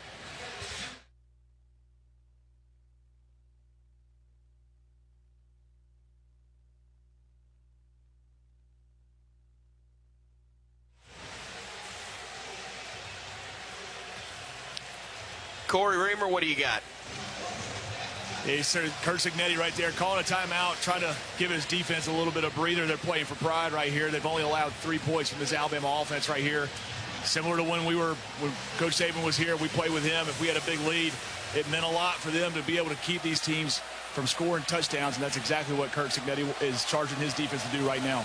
Rico Scott comes to the left side of the formation. He's all alone with 2 men wide right. Mack directing traffic pre-snap with the clock down to 3. Play clock at 2, gets the snap off, swings it out right side. Great catch, Williams. He'll make one man miss and then fight his way to the 25-yard line. Gets out of bounds there, and it will be second down at about 3 upcoming. Boy, that was a perfectly thrown ball and a phenomenal catch that all had to be done quickly. Yeah, well executed by Mac Jones of recognizing where the pressure was coming from. Whoa. What did I just say? Mac Jones, I'm sorry. Austin Mack. You went way back, partner. I got too many ball players in my mind over the years. There you go. But Austin Mack recognized the defense, understood where the pressure was coming from, adjusted the play pre-snap. And Ryan Williams, that's really the first tackle that we've been able to break against this Indiana defense. Mack with pressure coming, drops it off, and it is dropped by Kevin Riley. Boy, they had it set up. Yeah, Indiana had 2 defenders, and we had 3 blockers, 2 linemen, plus Isaiah Horton out there. It was a beautiful call, and Riley just unable to pull it in. Heck of a job on the part of Mack to hold it as long as he did and then drop it off. But unfortunately, catch wasn't made. Daniel Hill will check in as Riley exits on 3rd down and 3 from the 25 of the Hoosiers. 6.5 minutes to go in this one. They swing it out right side. Hill will lower the shoulder and gets knocked out of bounds. And I think we lost a yard on the play. Hardy, the linebacker, delivered the hit. And the Tide obviously will go for it with 6:10 and ticking left. Down 38-3. It was so tempting to hit some of these the back swinging out of the backfield, but against this defense, man, they're so good at open field tackling. You got to throw to your receivers past the sticks. See if the Tide can convert on 4th down here. Trying to get the first touchdown of the day. Mack with pressure coming. Looks, he is going to be brought down. Lost the football in the process. Doesn't really matter. It's going to be Indiana taking over on downs. Boykin again with the sack. I think he has recorded all 3 of those today for the Hoosiers, who have been every bit as good, actually better than advertised, and very worthy of a spot in the college football playoff semifinal in a week and a half. Yeah, and it's a tough situation. You know, they know that you're going to be throwing the football. They draw up some zone blitzes here where they're dropping some and then bringing pressure from the backside. But these are all learning opportunities for Austin Mack. You see it, you recognize it, you go back and watch it on film. Next year, when you're placed in that situation, a little bit different because you have those plays under your belt. Well, Fernando Mendoza's day is done. The Heisman Trophy winner giving way to his younger brother, Alberto, the second-year freshman, also from Miami, Florida. They will run it right up the gut. They get a couple of yards there. Actually, give them 4. Kobe Martin, the freshman from Fishers High School in Indiana, getting his first carry of the day. This was a 17-0 game at halftime, but it was 10-0 midway through the second quarter when Alabama was driving, lost the football. Indiana took over, marched it down the field, scored in the final seconds of the first half, 17-0, and then after they forced Bama to go 3 and out to begin the third, Hoosiers marched down 24-0, and it has not been a contest since. Kobe Martin on the carry again. A yard, maybe 2 for him. It'll be 3rd down and about 4 upcoming now. Obviously, they don't want to make a mistake here. They're going to bleed the clock, probably run the ball once again. At the same time, Kirk Cignetti wants to preserve Alabama only scoring 3 on the entire day.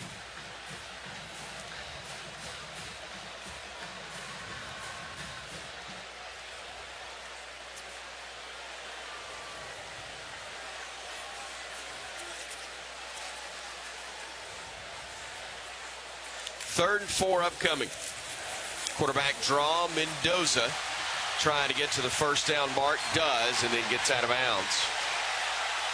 And the freshman getting a nice round of applause from the home team faithful in this one. Again, Indiana the higher seed, the number 1 seed in the CFP.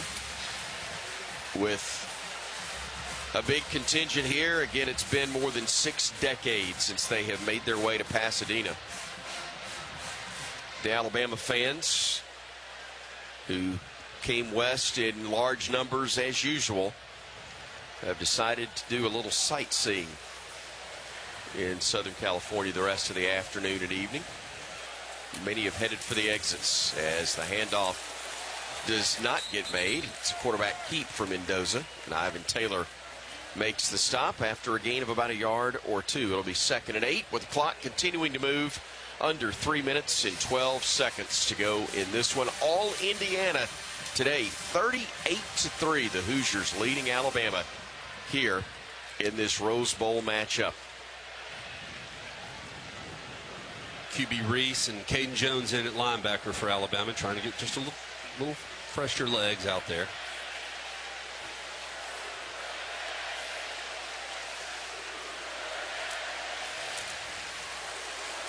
Handoff goes to the right side and running it near the midfield stripe before getting knocked out of bounds was once again Martin. Xavier Mincy recording the stop.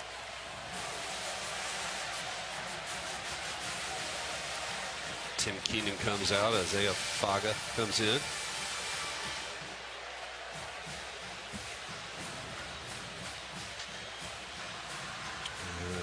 Every year, a new year in this day and age of the transfer portal.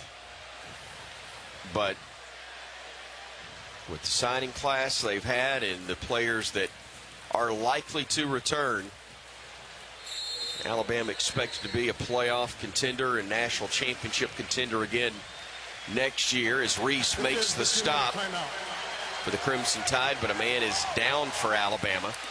As we've come to the 2-minute timeout, appears to be in a lot of pain. That is Jordan Renaud. Left arm, left shoulder area, it appears, that is being attended to as we step away for the final 2-minute timeout of this season for Alabama. 38-3, Indiana leading here at the Rose Bowl on the Crimson Tide Sports Network from Learfield. There's team pride, and then there's extra Tide pride. When I'm carrying the University of Alabama Regions Visa debit card or prepaid Regions Now card, that's exactly what I get. Whether I'm grabbing some extra Bama gear or picking up an extra dozen wings for the game, this card always brings it. Sometimes I get an extra Roll Tide from the cashier too. Visit regions.com/GoBama to get yours. Extra changes everything. And at Regions, Extra is our ordinary. Official bank of the SEC. Member FDIC. Being a Chevron car these days has been quite the adventure. Miami to Seattle, ocean to ocean. I've stopped at so many states and collected so many bumper stickers. Sometimes I feel like a moving passport book. It's just so great what I can do with Chevron with Techron, because it gives me unbeatable mileage and keeps my engine clean. Plus, there are so many Chevrons along the way. Now the only thing I'm worried about is where to go next and where to put all my new bumper stickers. Chevron with Techron, fueled by possibility.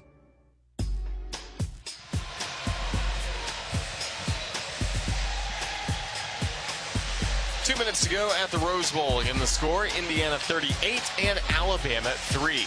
Coming up after the ball game is over, we will have the region's fifth quarter show and Coach DeBoer's press conference coming up live as we look back at this ball game for Alabama against Indiana. And Tyler Watts also look back a little bit at this season for Crimson Tide football. It started with a very disappointing loss on the road in Tallahassee against Florida State, but then afterwards saw some great Crimson Tide wins. It's been an up and down year, hasn't it? And yeah, we'll get an opportunity just to talk about the contribution that especially some of these seniors have made over the course of their career and the impact to the program that they have had, and how special they are to be able to put on the crimson and white and jot out there each and every Saturday. So, you know, overall, having an opportunity to make it into the playoffs, win a game, you kind of learn a lot about yourself, what you need to improve on, areas that you need to address, so that hopefully this is a stepping stone, so to speak, for the future success of this program. Very natural that you draw comparisons. We do that with Alabama. Everything seems to be a historical reference mark. It was in the midst of Coach Saban's run. It happened with Coach Bryant's times.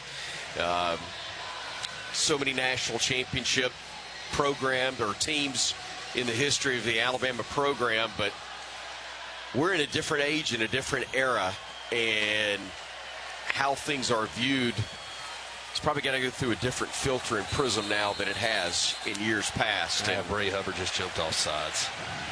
Did indeed. That's a first down. And that will give it back to Indiana. But this is a time where the game itself, I'm talking about college football as a whole and what is successful, is very, very different. And unfortunately, doesn't matter what area you're talking about, 38-3 is a butt kicking. However, program-wise, season-wise, we have a lot still to look forward to. Just unfortunately, this one is not going to be remembered at the end as well as it probably should have been.